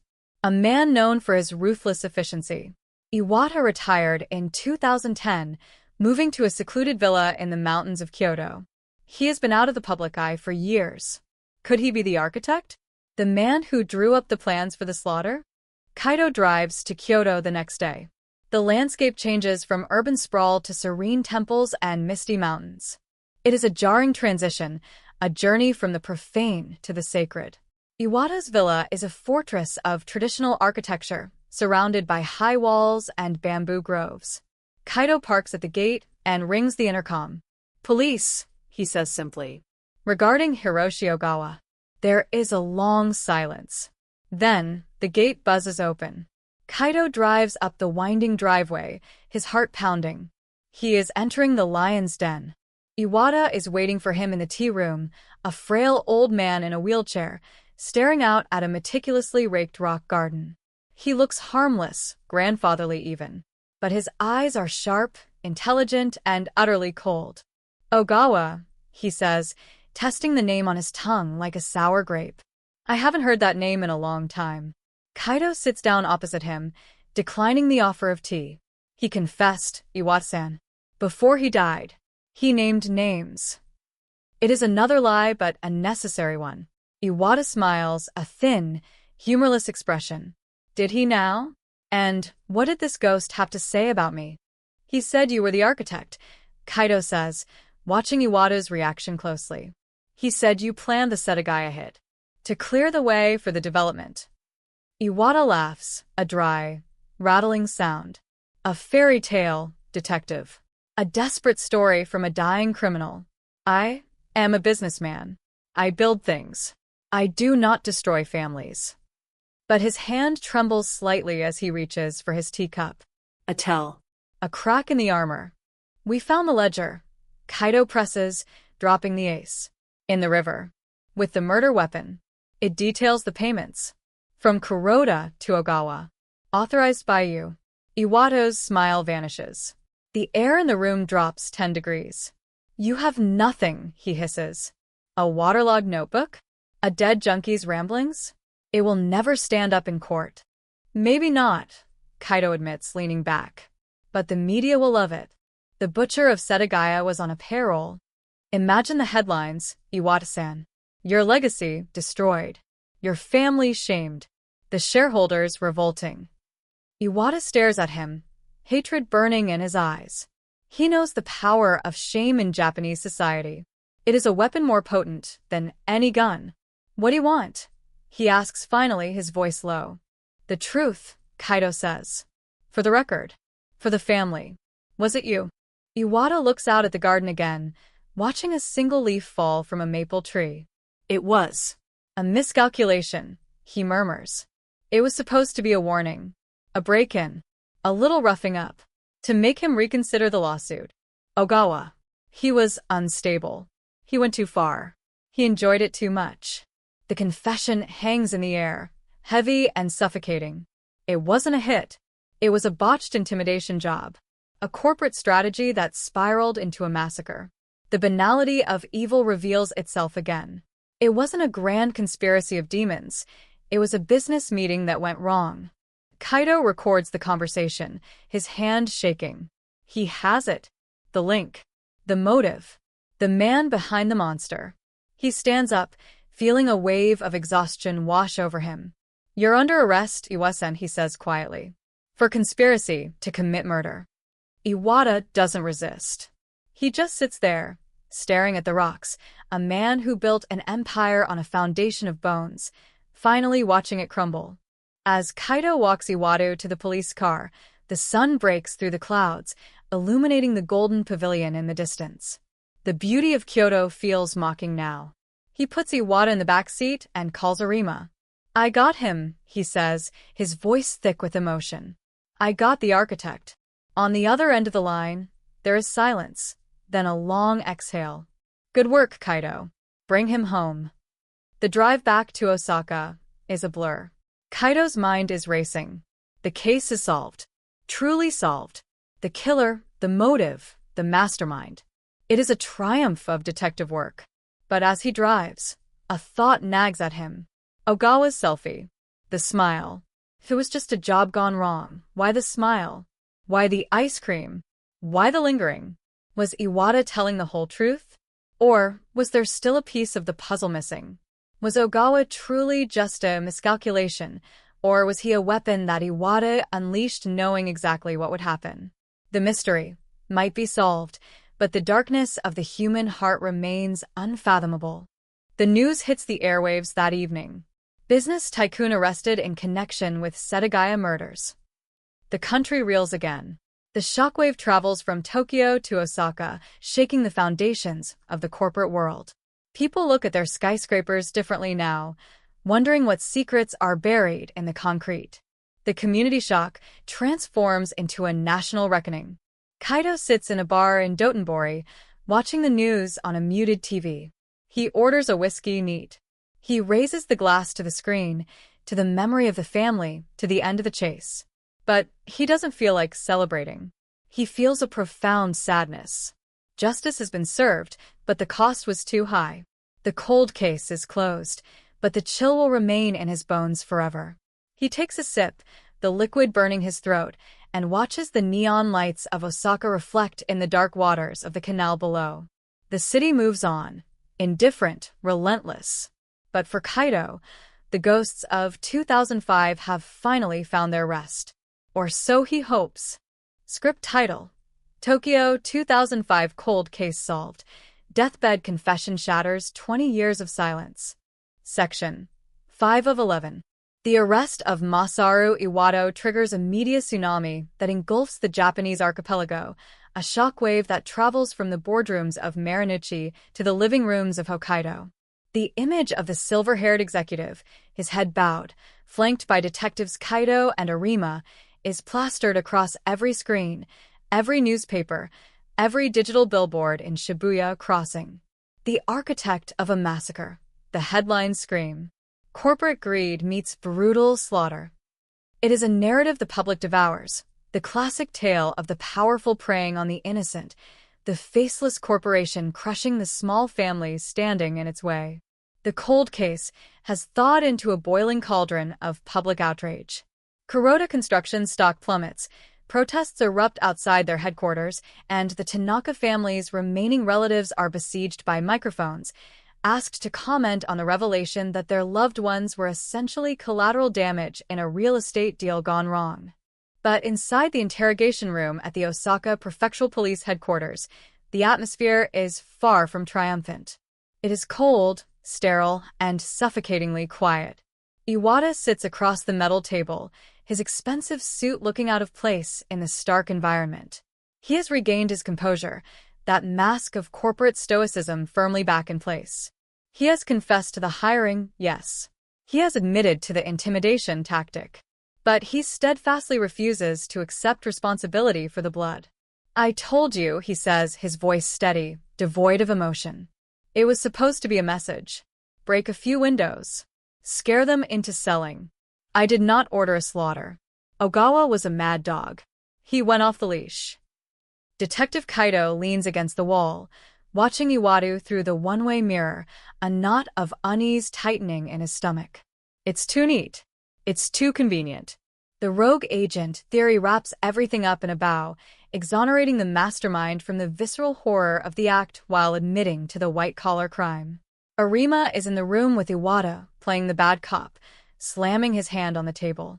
You paid him, Arima shouts, thrusting a copy of the ledger page under Iwata's nose. Look at the date, Iwata. December 31st, 2005. 2 weeks after the murders. If he went rogue, if he ruined your plans and brought heat on your company, why did you pay him the second half of the fee? The question hangs in the air, sharp and unavoidable. Why pay a man who disobeyed orders so catastrophically? Iwata blinks, a micro-expression of hesitation that Kaito catches instantly. It was. Hush money, Iwata says smoothly, but the rhythm is off. To keep him quiet. To make him disappear. It's a plausible answer, but it feels rehearsed. Arima pushes harder. You didn't just pay him to disappear. You paid him a bonus. Look at the amount. It's double the initial agreement. You don't give a bonus to a screw-up, Iwata. You give a bonus for a job well done. Iwata falls silent, his eyes fixing on a spot on the wall. The silence stretches, heavy and pregnant with unsaid truths. Kaito steps into the room, the door clicking shut behind him. He sits down next to Arima, staring at the executive. You're protecting someone, Kaito says softly. Or you're hiding the true nature of the order. Ogawa didn't just kill them, Iwata-san. He enjoyed it. He stayed in that house. He ate their food. He surfed their internet. That's not a hit. That's not intimidation. That's personal. And you knew. I knew nothing of his proclivities. Iwata snaps, his facade cracking slightly. I used an intermediary. I never met the man. But the ledger says the architect. Kaito counters. Ogawa called you the architect. That implies a plan. A design. If the plan was just intimidation, why did he need the layout of the house? Why did he need to know the family's schedule down to the minute? Why did he know the bathroom window, the famous sash window, would be unlocked? I didn't know about the window. Iwata insists, a vein pulsing in his temple. We gave him the address. That's all. Kaito stands up, pacing the small room. The sash window. It's the detail that refuses to fit. In the hospital, Ogawa had said, the sash. Unlocked. Not I broke it. Not I forced it. Unlocked. And now Iwata claims he didn't provide that intel. If the architect didn't give Ogawa the entry point, who did? Was it just blind luck? Or was there another player on the board? A third party who opened the door for the wolf? Suddenly, a knock at the door. It's a junior officer, breathless, holding a tablet. Detectives, he says, the lab. They found something else on the camera. The digital recovery team managed to access a deleted folder. You need to see this.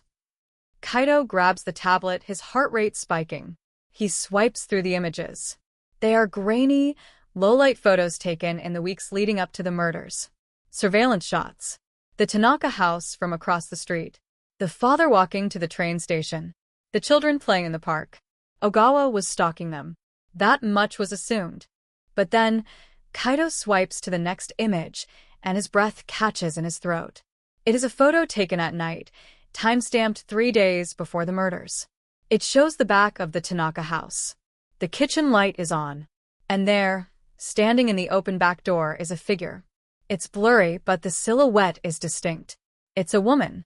She is handing something to a figure in the shadows, presumably Ogawa.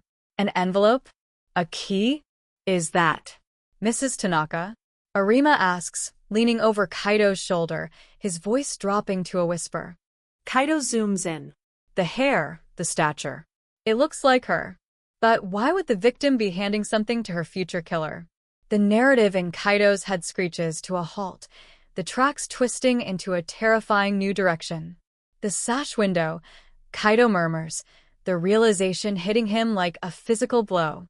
It wasn't left unlocked by accident. It was left unlocked for him. He turns back to Iwata, thrusting the tablet in his face. Look at this. Who is she meeting? Did you have someone on the inside? Did you blackmail her? Iwata looks at the photo, and for the first time, genuine confusion washes over his face. I have never seen this, he stammers. I don't know who that is. We didn't have leverage on the wife. We only targeted the husband. The fear in his eyes looks real. He is a corporate shark, yes, but he looks like a man who has suddenly realized he was swimming in a tank with something much larger, much darker than himself. If you didn't turn her, Kaito says, his voice cold. Then who did? The interrogation is suspended. Kaito and Arima retreat to the observation room, the community shock outside forgotten as a new, more insidious horror takes root. The possibility that the mother or someone in the house was complicit or coerced changes everything. It transforms the case from a home invasion into a betrayal of Shakespearean proportions. We need to dig into the mother's past, Kaito says, his mind racing. Yasuko Tanaka. We always saw her as the victim, the devoted housewife, the knitting mother. But who was she before? Who was she before she married into that house? They pull her file. It's thin. Born in a rural prefecture. Moved to Tokyo in her 20s. Worked as a cram school teacher. Married. 2 kids. A quiet life. But there's a gap. A 2-year period in her early 20s, right before she met her husband. The records show she lived in Osaka. Osaka. Arima breathes. Again. Kaito feels the chill of the cold case seep back into the room. The connections are spiderwebbing out, connecting the victim and the killer in a way that defies the random nature of the crime. Ogawa was from Osaka. Yasuko lived in Osaka. Iwata ran his business from Osaka. Was there a connection between Yasuko and Ogawa before the night of the murders? Was this stalking actually a series of meetings? Get the old yearbooks, Kaito orders. Get her employment records from Osaka. Check for any overlap with Ogawa. If they knew each other. If there was a history. He trails off, the implication too dark to vocalize. Could the mother have let the killer in, thinking it was something else? A negotiation? A secret from her past coming to collect? And then it went wrong? Back in the interrogation room, Iwata is sweating. He realizes he has lost control of the narrative. I want a deal, he says to the empty room. I'll tell you about the broker. The man who introduced me to Ogawa. Kaito and Arima rush back in. The broker? I didn't find Ogawa myself, Iwata confesses, his voice trembling. I'm a businessman, not a yakuza. I went to a fixer in Dotonbori. A man named the Spider. He connects people. He said he had the perfect man for the job. Someone who was motivated. Someone who had a score to settle with Tokyo types. A score to settle, Kaito repeats. Yes. That's what the Spider said. He said Ogawa had a personal reason for taking the job. That he would do it for cheap just for the chance to get into that house. The pieces are rearranging themselves. It wasn't just money. It wasn't just corporate greed. It was personal for Ogawa. And now, with the photo of the meeting at the back door, it seems it might have been personal for the victim too. We need to find the Spider, Kaito says, grabbing his coat. He's the link. He knows why Ogawa was motivated. He knows the connection. But as they leave the station, Kaito's phone buzzes. It's a text from an unknown number. Just an image. It's a photo of the photo they just found, the one of the woman at the back door. But this version is clearer, enhanced. And under it, a single line of text. You are looking at the wrong ghost. Kaito stares at the screen, the blood draining from his face. Someone is watching. Someone knows they found the camera. Someone is tracking the investigation in real time. The mystery isn't just a cold case anymore, it's a live wire. The enemy isn't in the past. They are here, now, playing a game that Kaito doesn't yet understand. Who sent this? Arima asks, looking at the phone.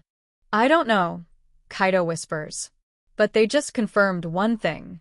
We are getting close to a truth that someone is desperate to keep buried. The deathbed confession was just the opening move. The night in Osaka deepens, the shadows stretching longer, darker. The arrest of Iwata was supposed to be the end. Instead, it feels like they have just walked through the gates of a much larger, much more terrifying labyrinth. The sash window is open. And now, Kaito has to step through it, into the unknown. The screen of Detective Kaito's phone glows with a malevolent light in the dim interior of the rental car, the pixels forming a sentence that chills the blood faster than the freezing wind whipping off the Osaka Bay. You are looking at the wrong ghost. The message is unsigned, untraceable, a digital phantom sent from the void, but its implication is heavy enough to crush the breath out of the investigation. Kaito stares at the image attached, the enhanced photo of the victim, Yasuko Tanaka, standing at her own back door, 3 days before her death, appearing to converse with the monster who would soon slaughter her family. The realization hits him with the force of a physical blow. They are not hunting a stranger. They are hunting a secret. The cold case of the century was never about a random break-in or a simple corporate land grab. It was about a past that refused to stay buried, a history that traveled 400 kilometers from the grid of Osaka to the quiet suburbs of Tokyo to collect a debt written in blood. Who sent this? Arima growls from the passenger seat, his hand instinctively reaching for his own weapon, his eyes scanning the shadowed street outside, paranoia suddenly coloring every movement in the shadows. We're being watched, Kaido. We're on their turf now. If they can get this close to our investigation, if they have photos we haven't even seen. He trails off, the unspoken threat hanging heavy in the air. The police leak nightmare scenario is playing out in real time. Someone inside the loop, someone with access to the evidence, or someone who was there 20 years ago, is pulling the strings. The arrest of Iwata, the corporate tycoon, was just the first act, a public spectacle to distract from the rotting core of the truth. Kaido pockets the phone, his jaw set. "We need to find the spider," he says, his voice low and dangerous. He's the only one who can explain the connection. He's the bridge between the corporate money and the street blood. And he knows why Yasuko was at that door. They drive into the heart of the beast, Dotonbori.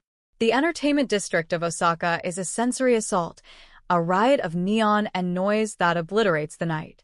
The famous Glico Man sign looms overhead, a beacon of commercial triumph, but down on the street level, the air is thick with the smell of frying takoyaki, stale beer, and desperation. The crowds are a wall of humanity, a churning river of tourists, salarymen, and street touts, all moving under the electric hum of a million lights. It is the perfect place to hide in plain sight.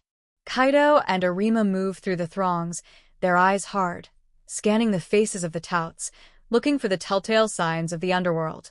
The missing fingers, the tattoos peeking out from under cuffs, the eyes that assess value and threat in a microsecond.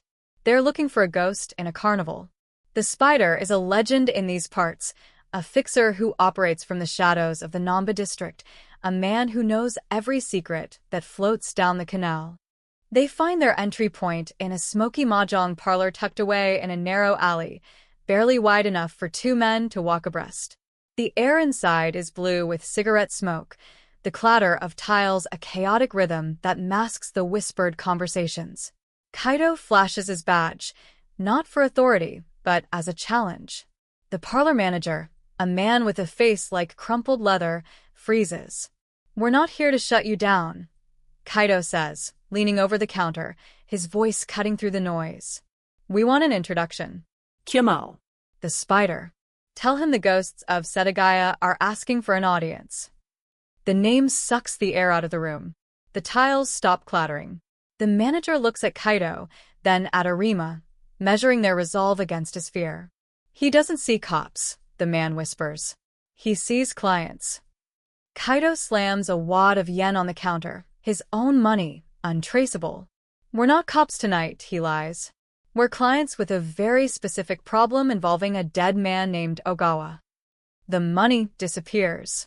A phone call is made. 10 minutes later, they are being led through the back of the parlor, down a labyrinth of service corridors that smell of garbage and grease, emerging into a different world entirely. A quiet, traditional tea house, hidden in the center of the chaos, insulated from the noise by thick walls and money. Sitting on a tatami mat, sipping tea with the elegance of a monk, is a man who looks nothing like a criminal mastermind. He is elderly, frail, with skin like parchment and eyes that are milky white with blindness. This is the spider. He sees everything without seeing anything. "Detectives from the East," he croaks, his voice like dry leaves rustling. "You bring a chill wind with you, the smell of the grave." Kaido sits opposite him, the tension in the room vibrating like a plucked string. "Hiroshi Ogawa," Kaido says. "Masaru Iwata. And a woman named Yasuko. We know the who and the how. We want the why." The spider smiles, a thin, knowing expression that reveals gold teeth. "Ah, Ogawa, the mad dog. And Iwata, the man who thought he could buy a wolf and treat it like a poodle." He pours tea for the detectives, his movements precise despite his blindness. You think you have solved it, don't you? Corporate greed. A land dispute. A hit gone wrong. It is a tidy story. The public loves it. But it is a lie. Kaito leans forward. The text message said, "We are looking at the wrong ghost." What does that mean? The spider pauses, the teapot hovering in midair. Yasuko, he whispers. You see her as the victim. The mother. The saint who died protecting her children. And she was. But saints have pasts, detective. Before she was Yasuko Tanaka of Setagaya, she was Yasuko of Nishinari. The revelation hits the room like a bomb. Nishinari, the slum district of Osaka. A place of day laborers, riots, and the desperate poor. Yasuko, the refined Tokyo housewife, came from there? She ran away. The spider continues, his voice weaving a story that feels like a trap closing. 25 years ago, she was young, beautiful, and involved with, let's say, spirited young men, radicals, idealists, criminals. One of them was a man who would later change his name, lose his mind, and become a fixer for the Yakuza. One of them was Hiroshi Ogawa. Kaito feels the ground shift beneath him. They were lovers? Or partners? They were close, the spider says. Very close. Until she left. She took something with her. Not money. Not drugs. She took her future. She left him in the gutter and went to Tokyo to find a salaryman, to build a perfect life. She erased herself. Became a new woman. So, it was revenge? Arima asks, his voice incredulous. He waited 20 years to kill her because she dumped him? The spider laughs, a dry, hacking sound. Ogawa was a man of obsession.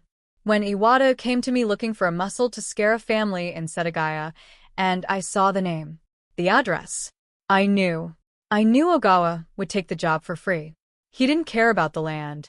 He didn't care about the construction company. He wanted to see her. He wanted to see the life she built without him. The house. The children. The happiness he was denied. The intimidation job was a Trojan horse. Iwata thought he was hiring a thug. He was unleashing a stalker.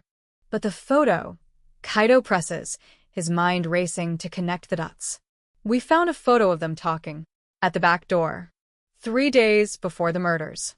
Why would she open the door to him? If she was afraid of him, the spider's face darkens. Because she wasn't afraid of him killing her. She was afraid of him exposing her. He didn't go there to kill at first. He went there to blackmail. Let me in, Yasuko. Or, I tell your husband who you really are. I tell him about the things we did in Osaka. That unlocked sash window? She left it open. She thought she could pay him off. She thought she could talk to him, soothe the beast one last time. She invited the devil in to save her heaven. The tragedy of it is suffocating. The mystery of the entry point, the baffling lack of forced entry, suddenly makes heartbreaking sense. It wasn't a master burglar's trick. It was a desperate mother trying to keep her past from destroying her present, unknowingly opening the gate to her own annihilation. She let him in. And once he was inside, once he saw the warmth, the domestic bliss, the children, the envy snapped his mind. The cold he spoke of in his confession wasn't just physical temperature, it was the coldness of his own empty life compared to hers. He stayed. Kaito whispers. He ate the food. He used the computer. He was playing house. He was pretending to be the father. The spider nods. He was trying on her life. After he destroyed it. But who sent the text? Arima demands, pulling the phone out again. Who is watching us? Who knows we have the photo? The spider's blind eyes seem to focus on something far away. Yasuko and Ogawa. They weren't alone in the old days. There was a third. A leader. Someone they both betrayed when she left and he fell apart. Someone who has risen very high in the city. Someone who does not want the dirty laundry of Nishinari aired in the national press. The spider leans in, his voice dropping to a terrifying whisper. You have arrested Iwata. Good. He is a pawn. You have identified Ogawa. Good. He is a corpse, but the wrong ghost. The text is warning you. You are digging in a graveyard that belongs to the dragon, and the dragon is very much alive. The room seems to shrink. A third player, a leader from the past. Who is it? Kaito demands. Give us a name. The spider shakes his head slowly. I sell information, detective. I do not sell suicide. But I will tell you this. Look at the money. Not the payments to Ogawa. Look at the payments Yasuko made. Before she died. Small withdrawals. Cash. Sent to a P.O. box in Osaka. She was paying for silence long before Ogawa showed up. Ogawa was just the final creditor. The implication is staggering. Yasuko had been blackmailed for years? By whom? This dragon? Suddenly, the lights in the tea house flicker and die. The hum of the Dotonbori outside seems to roar louder. Go! The spider hisses, his demeanor shifting from calm to urgent. You have stayed too long. They know you are here. Kaito and Arima scramble up, adrenaline flooding their systems. They rush out the back exit, into the alleyway. But the alley is not empty. Two figures stand at the end, blocked by the silhouette of a heavy motorbike. They are not police. They are not Yakuza thugs. They are professionals dressed in dark riding gear, helmets obscuring their faces. The dragon's men? Run! Arima shouts, shoving Kaito toward a side passage. They sprint through the labyrinth of Osaka's backstreets, the sound of boots pounding on wet pavement echoing off the walls. The hunt has reversed. The hunters are now the prey.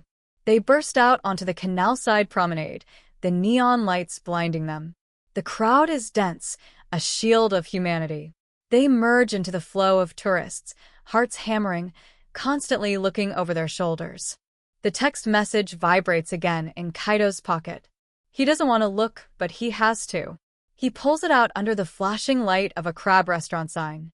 Stop digging, or the water will take you too. A threat. A reference to the Tama River, or the Dotonbori Canal flowing right beside them. Kaito grips Arima's arm. We need to get back to Tokyo, he gasps. We need to check her bank records. If Yasuko was paying someone else, that person is the key. That person sent Ogawa. Iwata was just the vehicle. The real motive, the real hatred, is still out there. The community shock of the initial murder is nothing compared to the shock of the truth forming in Kaito's mind. The Tanaka family wasn't killed for land. They were killed because the mother couldn't outrun her shadow. And that shadow is now reaching out to snuff out the only two men who know the truth. They hail a taxi, diving into the back seat like fugitives. Shinosaka Station. Kaito barks. Fast. As the taxi weaves through traffic, Kaito looks out at the city of Osaka one last time. It looks different now. Not a city of commerce, but a graveyard of secrets. The cold case has revealed a heart of darkness that implicates everyone. The corporate elite, the street thugs, and even the victim herself. The narrative has shifted from a whodunit to a whydunit of tragic proportions. And the train ride back to Tokyo will be a race against time to find the dragon before the dragon decides to burn the evidence and the detectives to ash. The screen fades to black as the bullet train pulls out of the station, speeding into the night, carrying two men who now know that the scariest thing about the Setagaya murders wasn't the violence. It was the silence that preceded it. The silence of a woman living a lie. And the silence is about to scream. The Shinkansen bullet train slices through the Japanese countryside at 300 kilometers per hour, a silver needle sewing the night together, but inside the first-class car, the speed feels suffocating, not liberating. Detective Kaito stares out at the blur of passing towns, streaks of light that look like Morse code warnings, his hand still gripping the phone with the threatening text message. Beside him, Detective Arima is hunched over a laptop, the blue glow of the screen illuminating the deep lines of exhaustion and fear etched into his face. They are moving faster than the law allows, fleeing a city of ghosts only to race back toward a capital that suddenly feels like a trap. The cold case has metastasized. It is no longer about a single night of violence in 2005. It is about a 20-year conspiracy that has silently rotted the foundations of justice, a cancer that connects the bottom of the Tama River to the highest echelons of power. The air in the train car is recycled and stale, heavy with the unspoken realization that they are the only two people in Japan who know the truth, and that knowledge has put a target on their backs. "I'm in," Arima whispers, his fingers flying across the keyboard, bypassing the usual bureaucratic firewalls with a desperation that ignores protocol. He is accessing Yasuko Tanaka's dormant bank accounts, the digital footprints of a dead woman that have been collecting dust in a server farm for 2 decades. The spider was right. Look at this. He turns the screen toward Kaito. The spreadsheet is a waterfall of mundane transactions, groceries, utilities, tuition fees, but underneath the surface noise, there's a rhythmic, sinister pulse. Every month, on the 25th, a withdrawal of 50,000 yen. Cash. No recipient listed. It starts in 1999, Arima says, his voice tight. The month she moved into the Setagaya house. And it stops. The day she died. Kaito does the math in his head. 50,000 yen. Not a fortune, but a steady bleed. A reminder. A lease on silence. Yasuko wasn't just a housewife. She was a hostage in her own life, paying rent on a secret she thought she had buried in Osaka. Where did the money go? Kaito asks, his eyes scanning the data. Cash withdrawals are dead ends. Arima shakes his head, a grim smile playing on his lips. Usually. But look at the location. She always used the same ATM. The one inside the central post office in Shibuya. And look at the timestamp. Always 12 p.m. Lunch break. Arima pulls up a grainy, archived security log from the post office database, a miracle of digital hoarding. I cross-reference the transaction times with the postal box rentals. Every time she withdrew cash, a deposit was made into box 884 within 5 minutes. Box 884. A number. A void.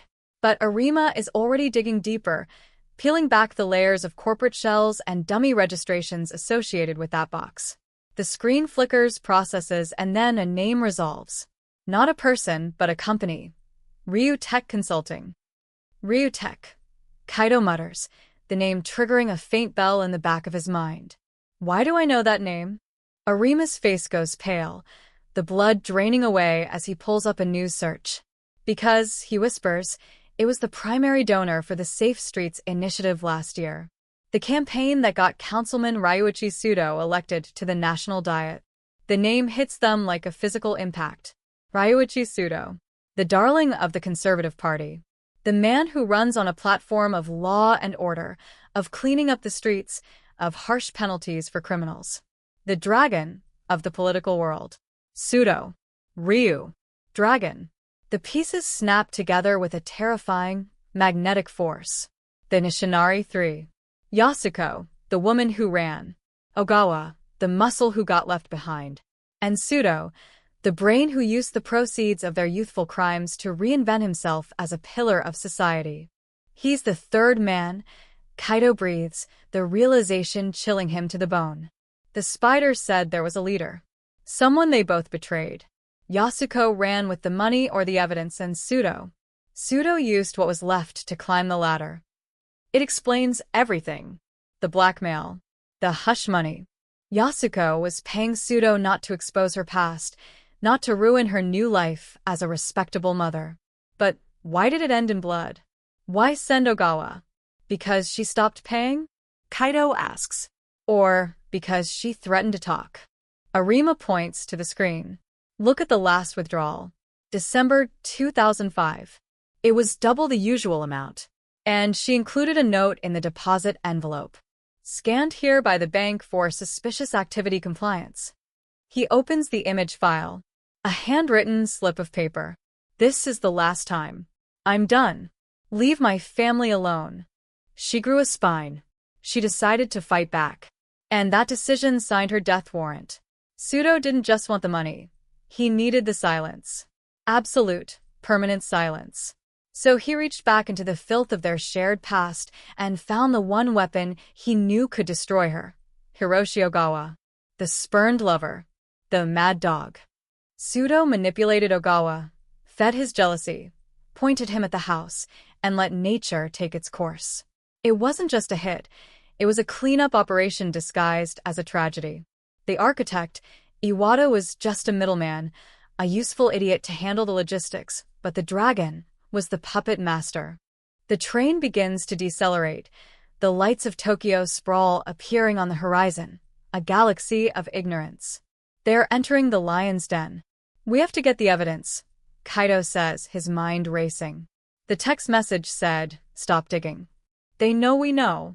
If Pseudo finds out we have the link to box 884, we're dead. We need physical proof. Something that ties Pseudo to Yasuko directly. Something Ogawa didn't find." The spider had said Yasuko took something when she left Osaka. Ogawa tore that house apart looking for it. He threw papers, emptied drawers, dumped the bathwater. But he didn't find it. If he had, the house wouldn't have been left in such chaos. He failed, which means the leverage, the insurance, is still there. Or rather, it was there. The house is gone. Demolished. Think, Kaito. Arima urges, closing the laptop as the announcement for Tokyo Station chimes. What did the nurse say? What was Ogawa obsessed with in his final moments? The sash window. The ice cream. And the scarf. The scarf. The knitting. The unfinished project found in the basket next to the sofa. Kaito freezes. The image of the crime scene flashes in his mind. The mother, slumped over. The basket of yarn. The scarf was distinct, a complex, chaotic pattern of knits and pearls that looked like a novice's mistake. But Yasuko wasn't a novice. She was a perfectionist. The weave, Kaito whispers, his eyes widening. Ogawa said, the specific weave. He wasn't admiring her handiwork. He was looking for the code. Knitting as cryptography. It sounds insane, but in the desperate world of a woman hiding from a dragon, it is brilliant. Steganography. Hiding a message in plain sight. Binary. Kaito says, the theory forming rapidly. Knit is 1. Pearl is 0. Or maybe Morse code. The scarf isn't a scarf. It's a confession. It's the ledger she stole from Pseudo 25 years ago, translated into wool. It was the only thing in the house that looked innocent, the only thing a violent, adrenaline-fueled killer like Ogawa would overlook as trash. He touched it. The nurse said he knew the texture, but he didn't see it. He threw it back in the basket. Where's the scarf now? Arima asks, grabbing his coat as the train hisses to a halt. Evidence locker, Kaito replies. Sector 4. Cold case archives. It's been sitting in a cardboard box for 20 years. They step onto the platform, the cold air of Tokyo hitting them. But something is wrong. The usual bustle of the station feels menacing. The faces in the crowd look sharp, watching. Kaito spots a man in a dark suit standing near the escalator, speaking into his wrist. He isn't police. He isn't station security. We have a welcoming committee, Kaito mutters, grabbing Arima's elbow and steering him toward the service stairs. Pseudo has reach. He knows we're back. They sprint down the concrete stairs, bypassing the main exit, heading for the underground maintenance tunnels that connect the station to the subway grid. Their footsteps echo like gunshots. They are fugitives with badges. If they get to the archives first, Arima pants. They'll burn it. They'll burn the whole building if they have to. The race is no longer about solving a crime. It is about preserving history.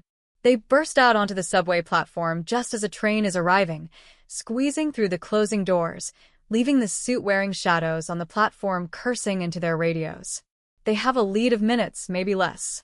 The ride to the precinct is a blur of adrenaline and paranoia. They ditch the subway 2 stops early, hijacking a taxi, Kaito flashing his badge and barking, "Police emergency." Drive. The driver, terrified, floors it.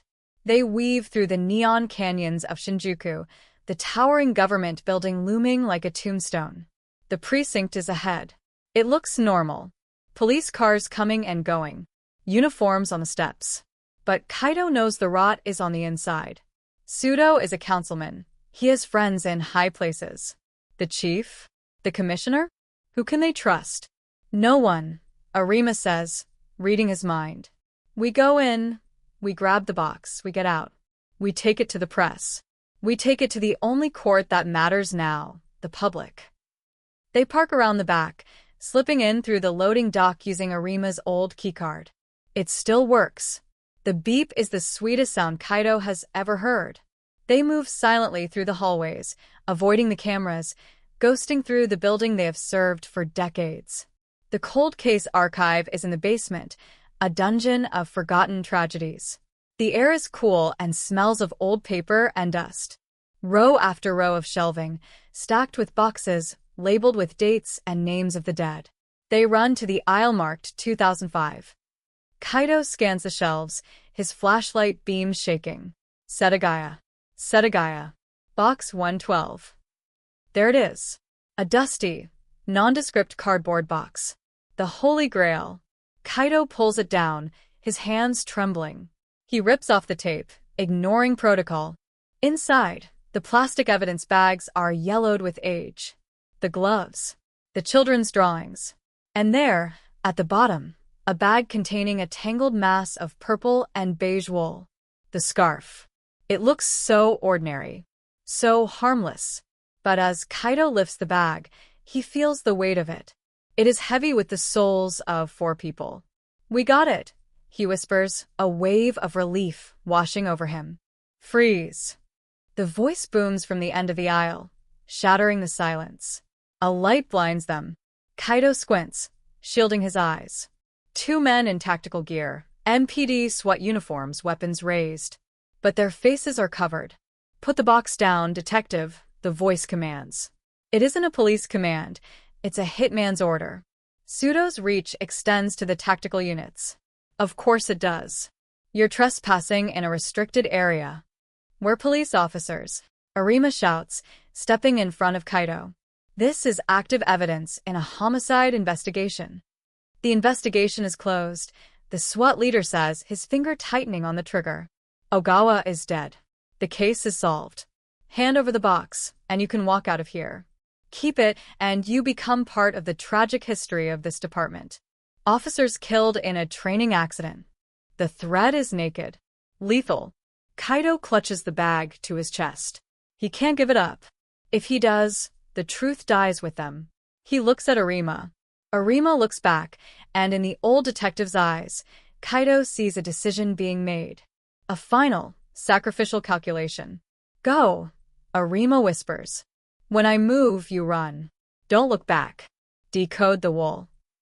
Arima no. Kaito starts, but it's too late. Arima roars, hurling himself not at the gunman, but at the metal shelving unit next to them. With a strength born of pure desperation, he topples the massive steel rack. It crashes down with the sound of a collapsing building, a domino effect of boxes and metal creating a chaotic barrier between them and the gunman. "Run," Arima screams, diving into the debris to create a distraction. Gunfire erupts, the deafening cracks of service pistols echoing in the confined space. Kaito scrambles backward, clutching the scarf, tears stinging his eyes. He can't save Arima. He can only save the truth. He sprints for the emergency exit, the sound of chaos behind him fading into a dull roar. He bursts out into the cool night air of the alley, alone, panting, the plastic bag slippery in his sweating hands. He is a fugitive now. A cop killer, they will say. A thief. He runs into the darkness of the city, the community shock of the murders now a distant memory compared to the shock of his own reality. He is holding the scarf that killed a family. And now, he has to learn how to read it before the dragon burns the whole city down to find him. Script title: Tokyo 2005 Cold Case Solved. Deathbed Confession Shatters 20 Years of Silence. Section 8 of 11.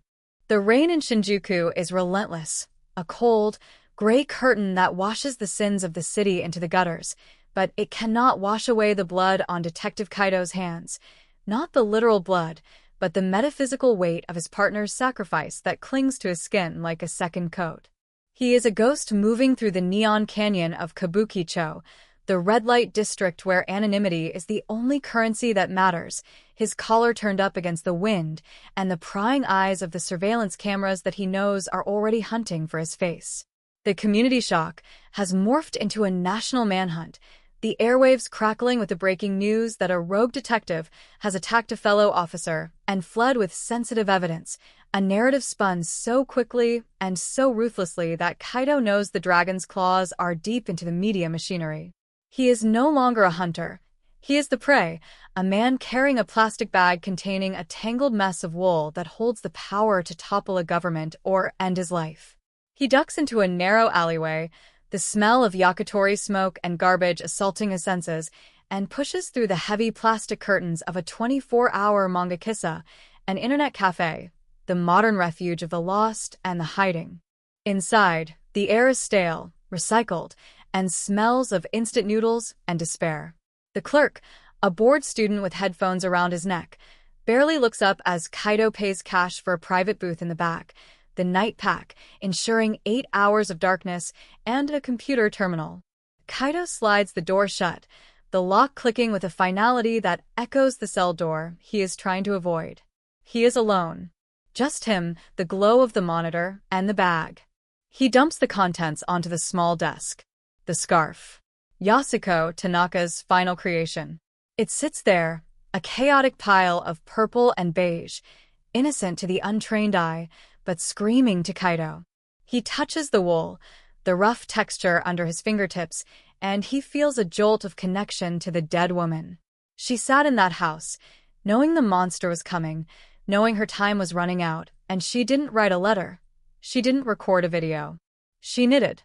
She wove her testimony into the very fabric of her domestic life, hiding the truth in the one place a violent man like Ogawa would never look, in women's work. He pulls out the notebook he bought at a convenience store and a pen. He needs to break the code. He stares at the pattern. It's irregular. Rows of knit stitches, interrupted by purl stitches. Knit, purl, knit, knit, purl. It's binary. It has to be. The simplest, most ancient language of the digital age, rendered in the most analog medium possible. Knit is a 1, purl is a 0, or vice versa. He starts to transcribe, his eyes moving row by row, the pen scratching frantically across the paper. 1 0 0 1 1 0. The string of numbers grows, a meaningless stream of data until he begins to group them. 8 bits to a byte. He opens a text converter on the browser, his fingers trembling as he types the binary sequence into the translator. The first few lines are gibberish, garbage characters, symbols. His heart sinks. Is he wrong? Is it just a bad knitting job? No. Yasuko was a perfectionist. He tries reversing the values. Knit is 0. Purl is 1. He hits translate again. The screen refreshes. And there, in the glow of the monitor, words begin to form. Not random letters, but coherent sentences. The breath catches in his throat. It works. The dead are speaking. December 10th. He called again. The demands are increasing. He says he will send the wolf. Kaito reads on, the hair on his arms standing up. It is a diary, a chronicle of the last month of her life. But as he scrolls down, translating faster now, the text shifts from personal fear to hard data. Account 884 is empty. I moved it. He doesn't know. The ledger is not in the bank. It is here. The ledger. The mythical list of corrupt payments, the proof of the Nishinari heist that funded Pseudo's rise. Yasuko didn't just pay blackmail. She kept the receipts. She was the bookkeeper of their sins. And then, the final entry, the rows knitted near the very end of the scarf, where the yarn changes tension, tight with panic. If you are reading this, I am gone. The money from the 1995 transport heist, the gold, was never spent.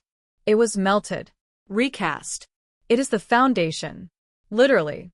The cornerstone of the new Pseudo Tower in Osaka. But the names of the politicians he bought, are in the microdot. Microdot?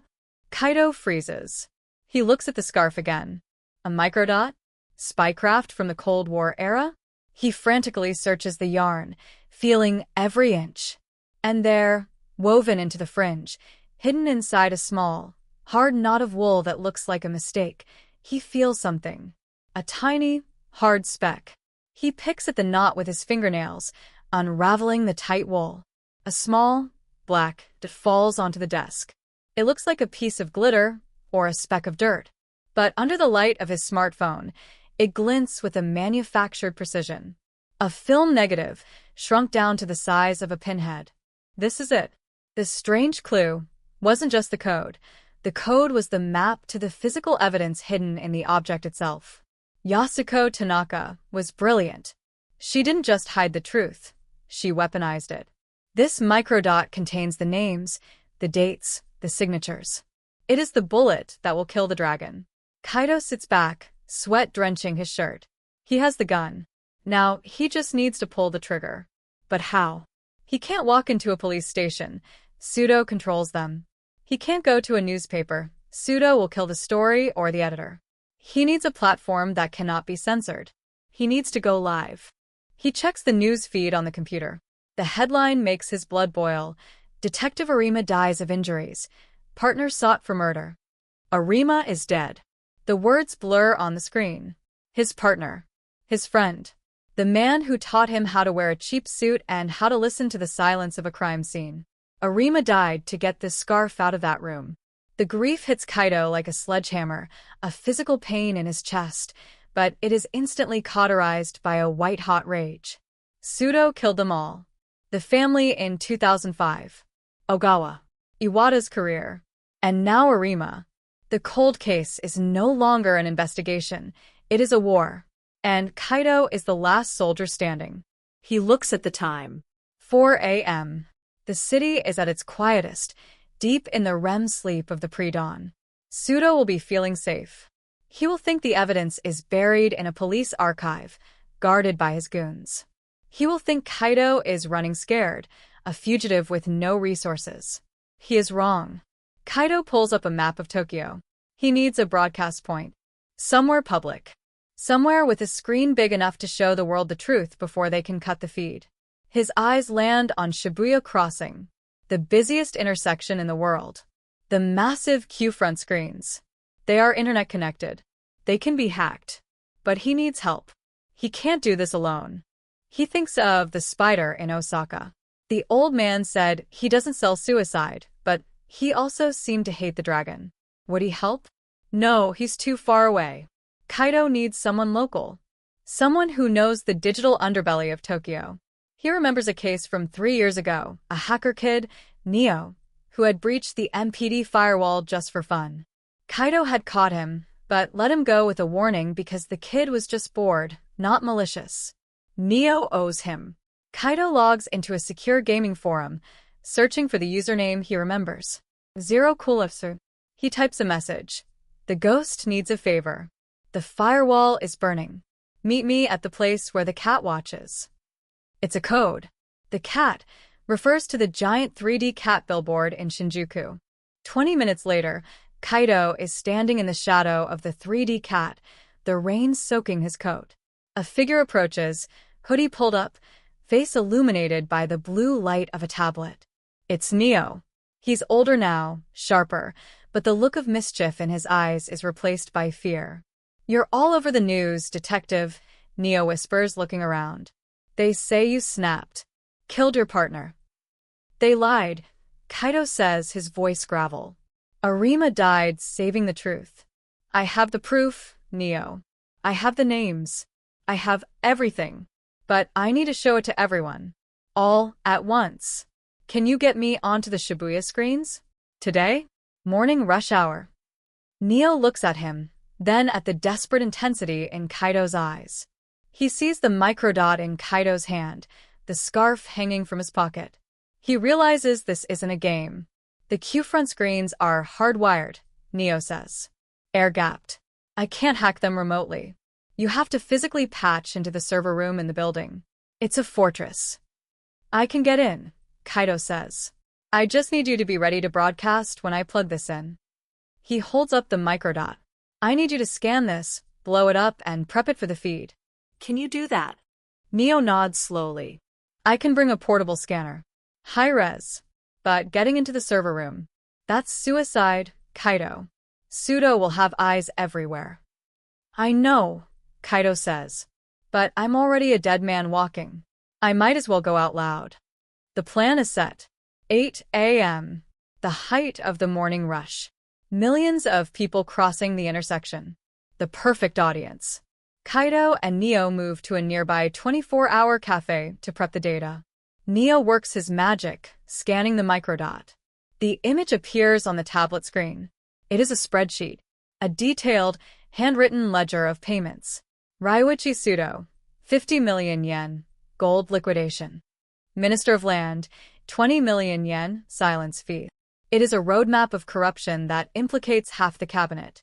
It is the Nishinari heist brought into the light. It proves that the Safe Streets initiative was built on stolen gold and murdered witnesses. As the sun begins to rise over Tokyo, painting the sky in bruises of purple and orange, Kaido feels a strange calm. He shaves in the cafe bathroom, washing the grime of the run off his face. He puts on his tie. He straightens his coat. He is going to his execution, perhaps, but he will die as a detective, not a fugitive. He looks at the image of Arima on the news feed one last time. Rest easy, partner, he whispers. I'm going to finish it. They move toward Shibuya. The city is waking up. The trains are running. The crowds are forming. The community shock is about to become a national revolution. Kaido stands at the edge of the crossing, looking up at the massive, dark screens that loom over the intersection like sleeping giants. In less than an hour, they will wake up. And when they do, the dragon will burn. But as they approach the building, Kaido spots them. Men in dark suits. Earpieces. Standing at the entrance to the Q-Front building. Sudo knows. He anticipated the move. He knows Kaido needs a platform. The building is compromised.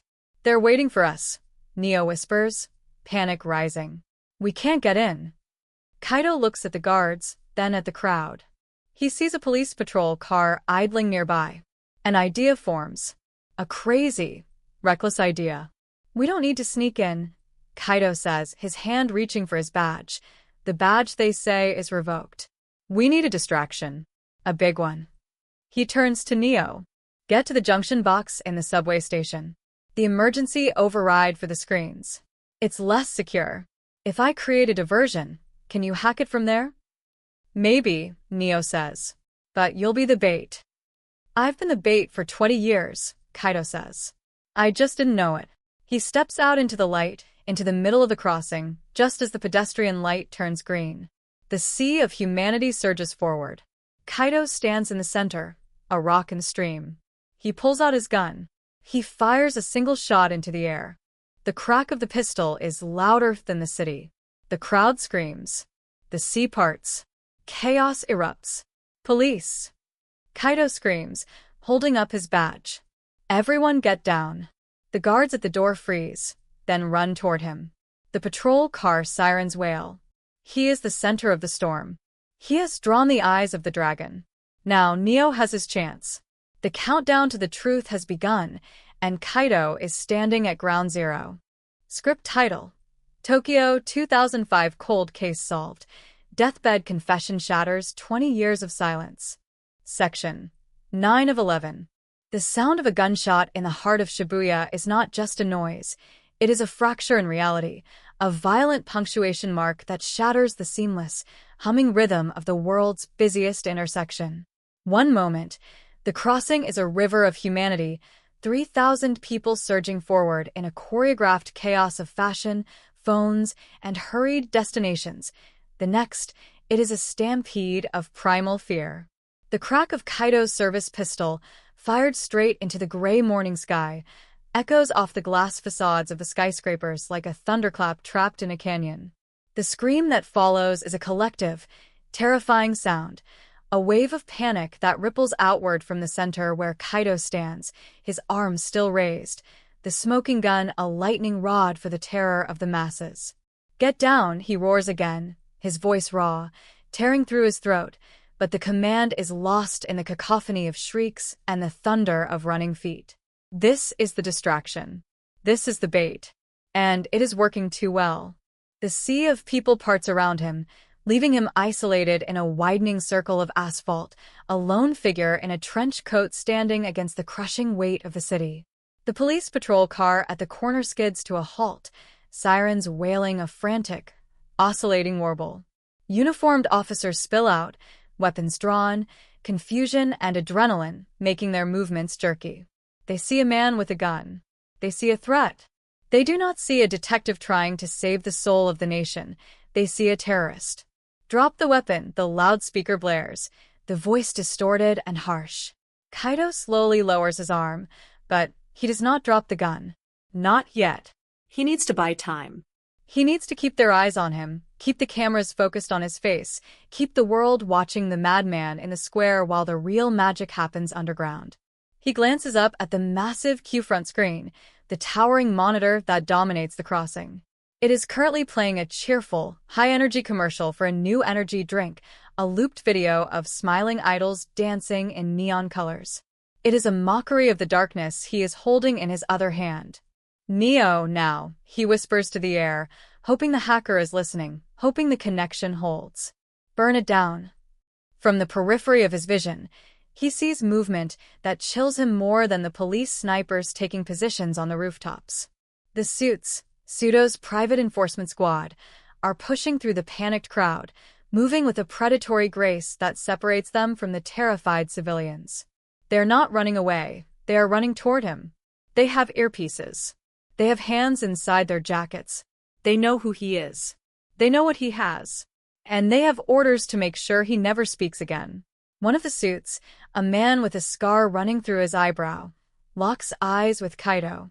There is no hesitation there, only a cold, professional assessment of the kill zone. He draws a suppressed pistol, hiding it against his side, using the chaos of the fleeing crowd as cover. He is going to take the shot.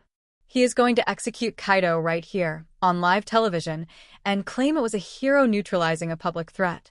Kaido tightens his grip on the microdot scanner in his pocket, praying the upload is complete. He raises his hands, signaling surrender to the police, but pivoting his body to shield himself from the assassin. "I am Detective Kaido," he screams, turning to face the nearest news camera, a crew that was filming a weather segment and is now capturing the scoop of the century. "I have evidence. The Setagaya murders were ordered by the government. Look at the screens. Look at the screens." The assassin raises his weapon. The police shout orders. The tension snaps. A shot rings out, not from Kaido, but from the suit. The bullet whizzes past Kaido's ear, shattering the window of a department store behind him. The crowd screams again, dropping to the pavement, covering their heads. The police open fire on the assassin, mistaking him for Kaido's accomplice. A firefight erupts in the middle of the scramble crossing, a chaotic exchange of lead that sends sparks flying off the asphalt. Kaido dives behind a concrete planter, the air around him filled with the angry buzz of ricochets. He checks his phone. Upload complete. And then the world glitches. The massive Q-front screen, the heartbeat of Shibuya, stutters. The smiling idols freeze, their faces distorting into digital static. The high-energy pop music is replaced by a screeching, high-pitched feedback tone that causes people to cover their ears. Then silence. Absolute, dead silence. The screen goes black. For 3 seconds, the entire intersection holds its breath. Even the shooters pause, looking up. And then, the darkness is replaced by a stark, white light. Text appears, scrolling rapidly.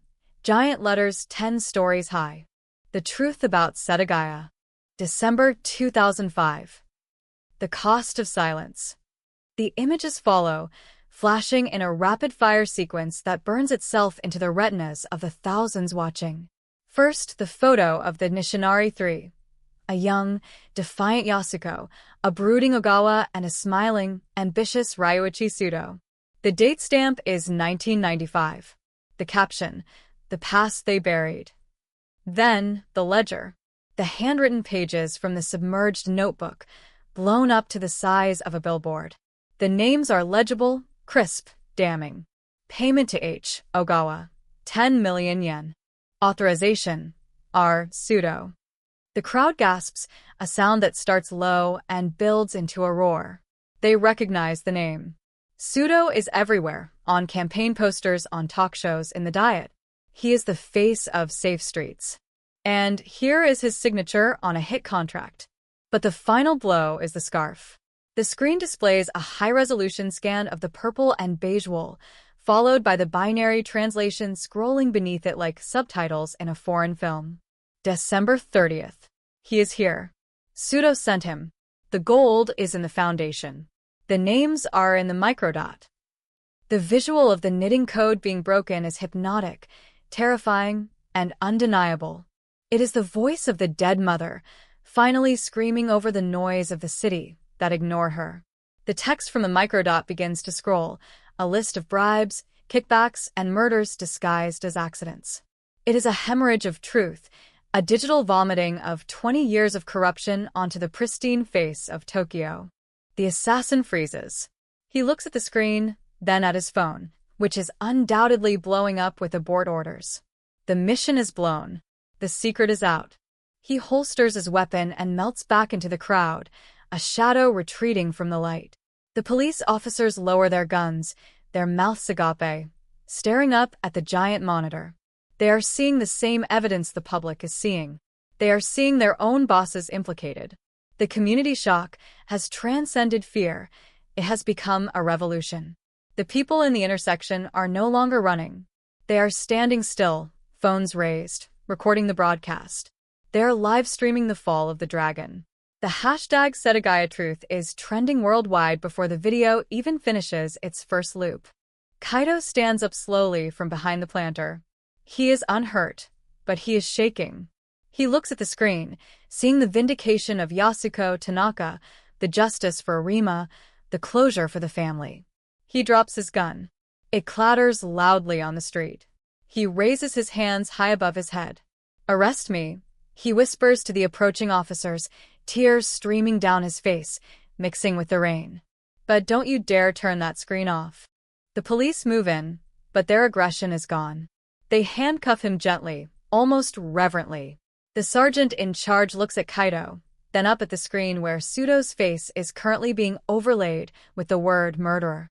"Is it true?" the sergeant asks, his voice trembling. "Did he really do it?" Kaido nods, the exhaustion finally crashing over him. "It's all there," he says. The wool doesn't lie. As they lead him toward the patrol car, the city of Tokyo is in meltdown. The news helicopters are circling overhead, broadcasting the scene live. The footage of the screen is being replayed on every channel. In the Diet building, Councilman Pseudo is watching. We cut briefly to his office, a plush, mahogany-lined sanctuary of power. He is standing by the window, watching the smoke rise from a distant protest. His phone is ringing off the hook. His aides are screaming, but he is silent. He stares at the television, at the image of the scarf. He remembers that scarf. He remembers seeing Yasuko knitting it in the park, years ago, when they were young and foolish. He remembers mocking her for her grandmother hobby. He never realized she was knitting a noose for his neck. He sinks into his chair, the dragon reduced to a shivering old man. The game is over. But back in Shibuya, the story isn't finished. As Kaido is shoved into the back of the police cruiser, he sees Neo emerging from the subway entrance, a hood pulled low over his face. The hacker gives a subtle nod, a thumb up. The broadcast is on a loop. It cannot be stopped. It has been mirrored to servers in Iceland, in Russia, in the Cayman Islands. The truth is viral. But as the car pulls away, pushing through the stunned crowd, Kaido sees something else. A black limousine parked on the side street, tinted windows rolled up tight. It isn't Pseudo's car. It belongs to someone else. The license plate is a single number, 1. The car follows the police cruiser. Kaido's heart skips a beat. The dragon might be falling, but the architect, Iwata, is in jail, and Ogawa is dead. So, who is in the limousine? The spider had warned him, "You are digging in a graveyard that belongs to the dragon." But Pseudo was just a man. A corrupt, powerful man, but a man. The organization that protected him, the system that allowed him to thrive, that is the real beast. And the beast is not happy about being exposed. The police radio crackles. Suspect in custody. Transporting to central holding. A voice cuts in. Override priority. Negative. Divert to secure Facility 4. Special orders from the Ministry of Justice. The sergeant looks confused. Facility 4? That's not a holding cell. That's a black site. He looks at Kaito in the rearview mirror. Kaito meets his gaze. They both know what this means. Pseudo might be finished, but his partners are cleaning up the mess. Kaito is the mess. Don't take me there, Kaito says, his voice steady. If you take me there, I disappear. And everything on that screen becomes a conspiracy theory. The sergeant grips the steering wheel, his knuckles white. He is a young man. He has a family. He took an oath. He looks at the screen again, at the face of the dead mother. He looks at the suits in the rearview mirror, the black limousine tailing them aggressively. He makes a choice. Seatbelt, the sergeant barks. He slams the car into a hard left, jumping the curb, smashing through a construction barrier, and roaring down a side alley, away from the designated route. The limousine screeches, trying to follow, but gets blocked by a delivery truck. Central, we have a 10 to 33, the sergeant yells into the radio. I am being pursued by unknown hostiles. I am taking the suspect to the public prosecutor's office. I repeat, I am bypassing the ministry. It is a mutiny, a small, desperate act of rebellion inspired by the truth on the screens. Kaito laughs, a dry, hysterical sound. The community shock has infected the police force. The thin blue line has fractured. They are rogue now, speeding through the back streets of Tokyo, chased by the shadow government, carrying the man who just lit the world on fire. The cold case is solved, but the survival of the solver is far from guaranteed. The broadcast was just the opening shot of the war. Now, they have to survive the fallout. The car drifts around a corner, tires smoking, heading toward the one place where Pseudo's influence might not reach, the office of the Supreme Public Prosecutor, a man known for his hatred of the dragon. It is a Hail Mary pass. As they speed toward destiny, Kaito looks out the window at the city. The screens are still flashing. The people are still watching. The silence of 20 years is gone, replaced by a roar that shakes the skyscrapers.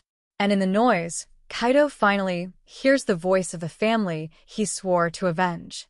They are whispering, "Run." Script title: Tokyo 2005 Cold Case Solved. Deathbed Confession Shatters 20 Years of Silence. Section 10 of 11. The city of Tokyo is no longer a metropolis. It is a pressurized vessel screaming at the point of catastrophic failure. The sirens are no longer mere background noise. They are the soundtrack to a national awakening, a cacophony of urgency that vibrates through the asphalt and into the very marrow of Detective Kaito's bones as the police cruiser jumps a curb, the suspension groaning in protest, the vehicle a blur of white and black streaks through the rain-slicked side streets of Chiyoda.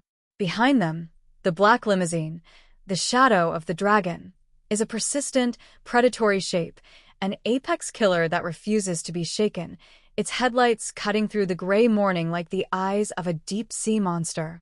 The young sergeant at the wheel, a man whose name Kaito doesn't even know but whose soul is now irrevocably tethered to this rebellion, is driving with a manic, focused desperation, his hands white-knuckled on the steering wheel, his eyes darting between the rearview mirror and the looming silhouette of the Supreme Public Prosecutor's office. The community shock has officially evolved into an institutional civil war. Every radio frequency is a battlefield of conflicting orders. Arrest him, protect him, stand down, engage. The thin blue line hasn't just fractured, it has disintegrated into 1,000 jagged shards, and Kaito is the man holding the most dangerous piece of the glass. He can feel the microdot in his pocket, a tiny, insignificant speck of film that carries the weight of 1,000 scandals, the physical proof of the poison that is pumped through the heart of the Japanese government for 2 decades. The cold case of 2005 was never just a tragedy. It was a structural necessity for the men in power, a foundation stone laid in blood to support the glittering towers of their ambition. As the car drifts around another corner, the centrifugal force pinning Kaito against the door, he looks out at the pedestrians on the sidewalks. They are standing still, oblivious to the rain, their faces illuminated by the blue light of their smartphones, watching the live feed from Shibuya. The truth is an infection, spreading at the speed of light, turning every salaryman, every student, every grandmother into a witness to the massacre. Pseudo's face, the dragon, is being unmasked in real time, his legacy dissolving into the digital ether. But as the gap between the police car and the prosecutor's office closes, the resistance stiffens. This isn't just about a councilman anymore. It's about the survival of a system that thrives on silence.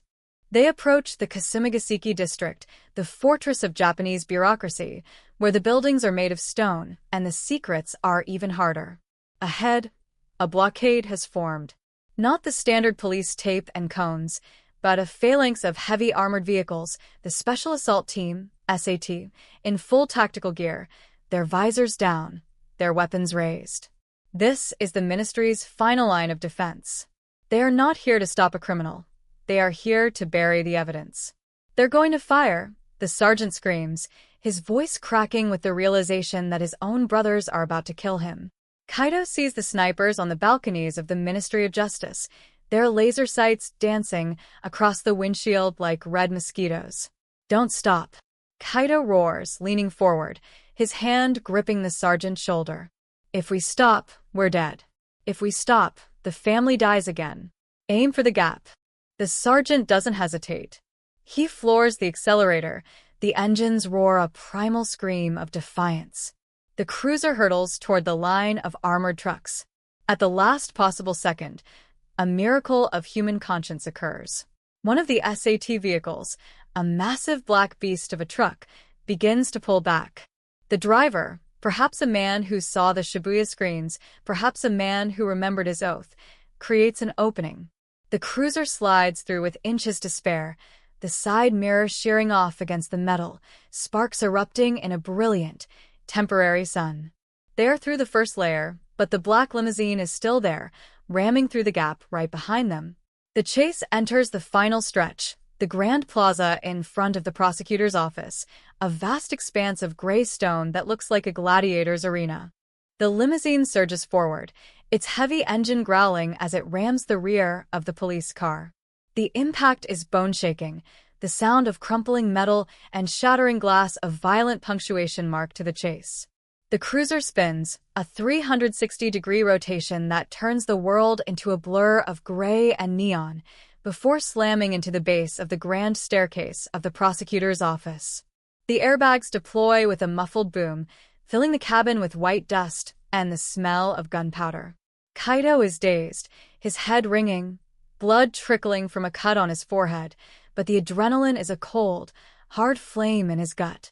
He kicks the door open, the metal groaning as it bends. He rolls out onto the cold stone, the rain washing the dust from his eyes. Behind him, the limousine has come to a halt, and 4 men in suits step out, their suppressed pistols already tracking his movement. "Get inside," the sergeant yells, struggling to free himself from the wreckage, his legs trapped by the dashboard. "Go, Kaido. Finish it." Kaido hesitates for a microsecond, the instinct to help his comrade warring with the mission, but he sees the prosecutor's doors, the massive, bronze portals of justice, beginning to open. High above, on the balcony, stands a man in a black robe, Prosecutor Takano, the incorruptible. He is watching the carnage below, his face a mask of grim determination. He has seen the broadcast. He has seen the truth.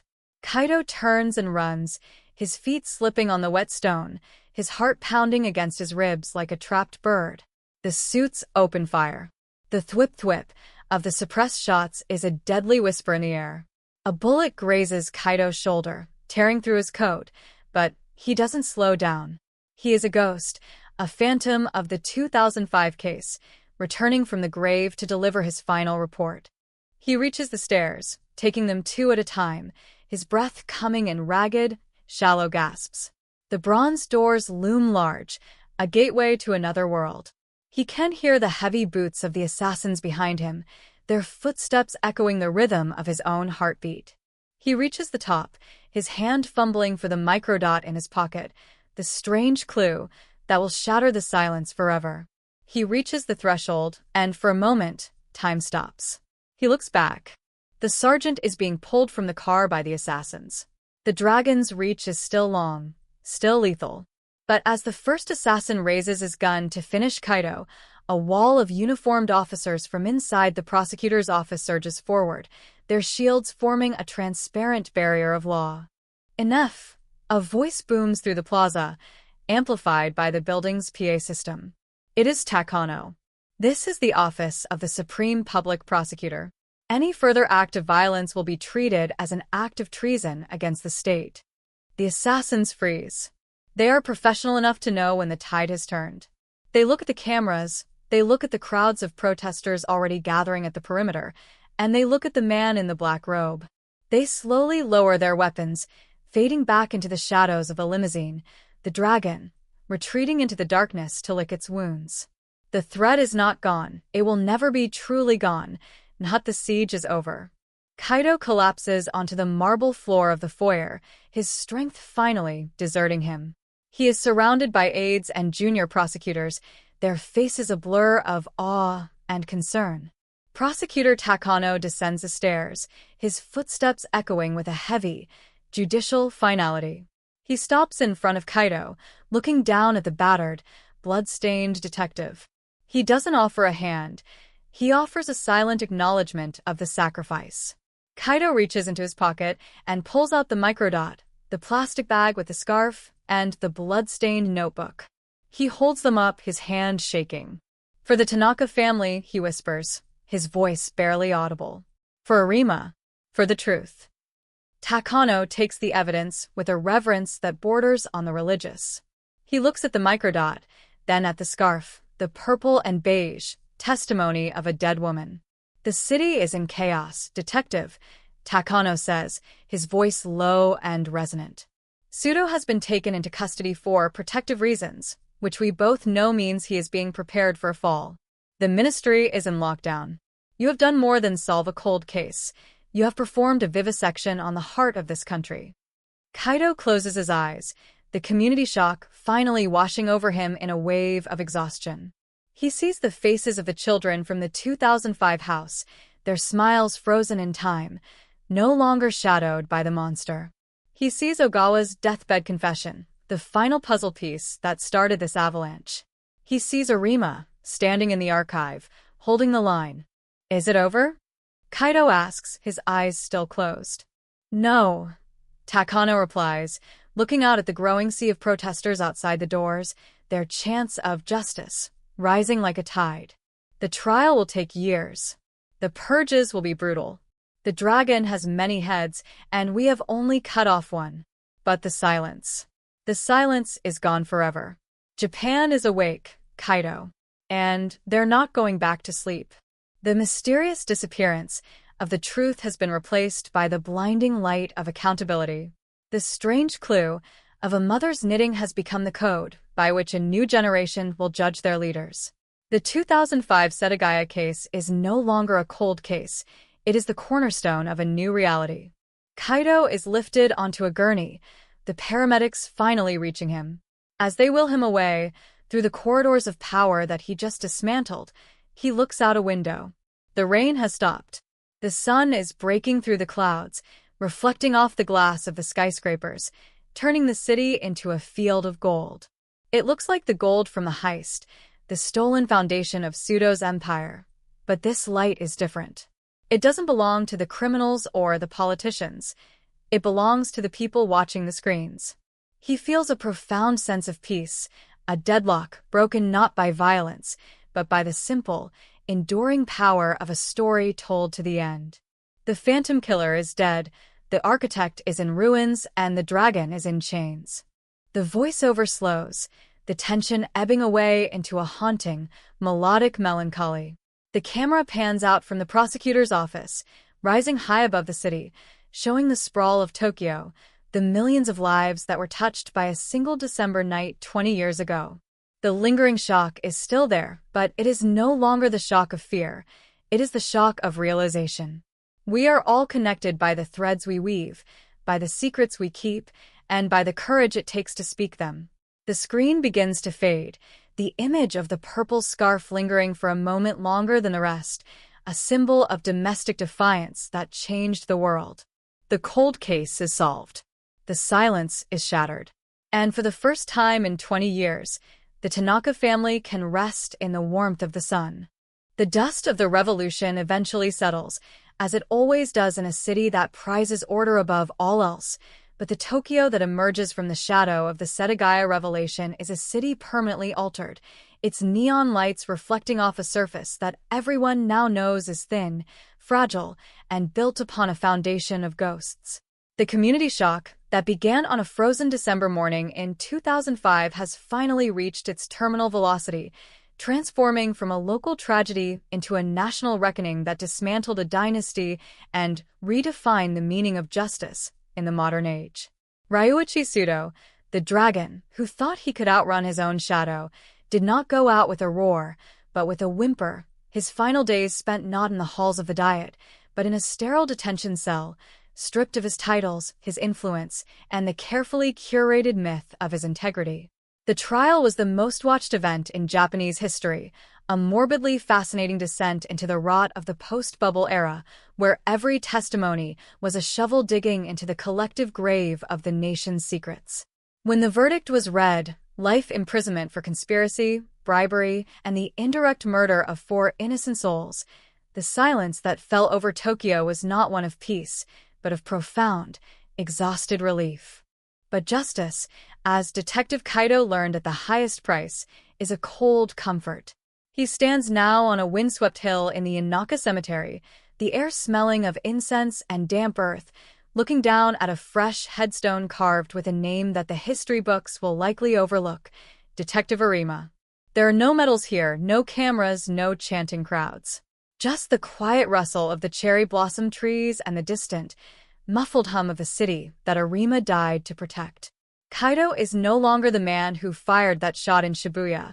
He is a shadow of himself, his body healed but his spirit permanently scarred by the weight of the truths he carried.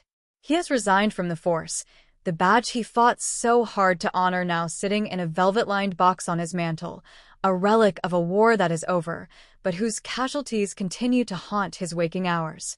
He visits this grave every week, a silent conversation between the living and the dead, a reminder that the cold case didn't just end with a confession, it ended with the sacrifice of the only man who truly believed in the detective's intuition.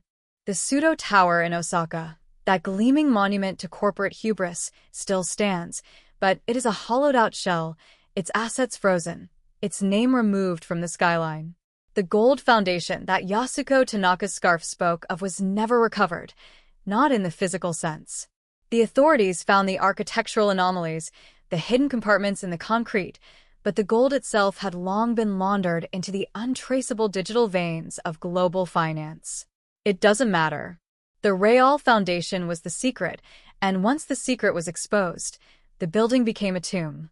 They say that on quiet nights, when the wind howls through the empty corridors of the tower, you can hear the rhythmic clicking of knitting needles, an urban legend, of course, a ghost story for the digital age, but it speaks to the lingering impact of the strange clue that brought down a titan.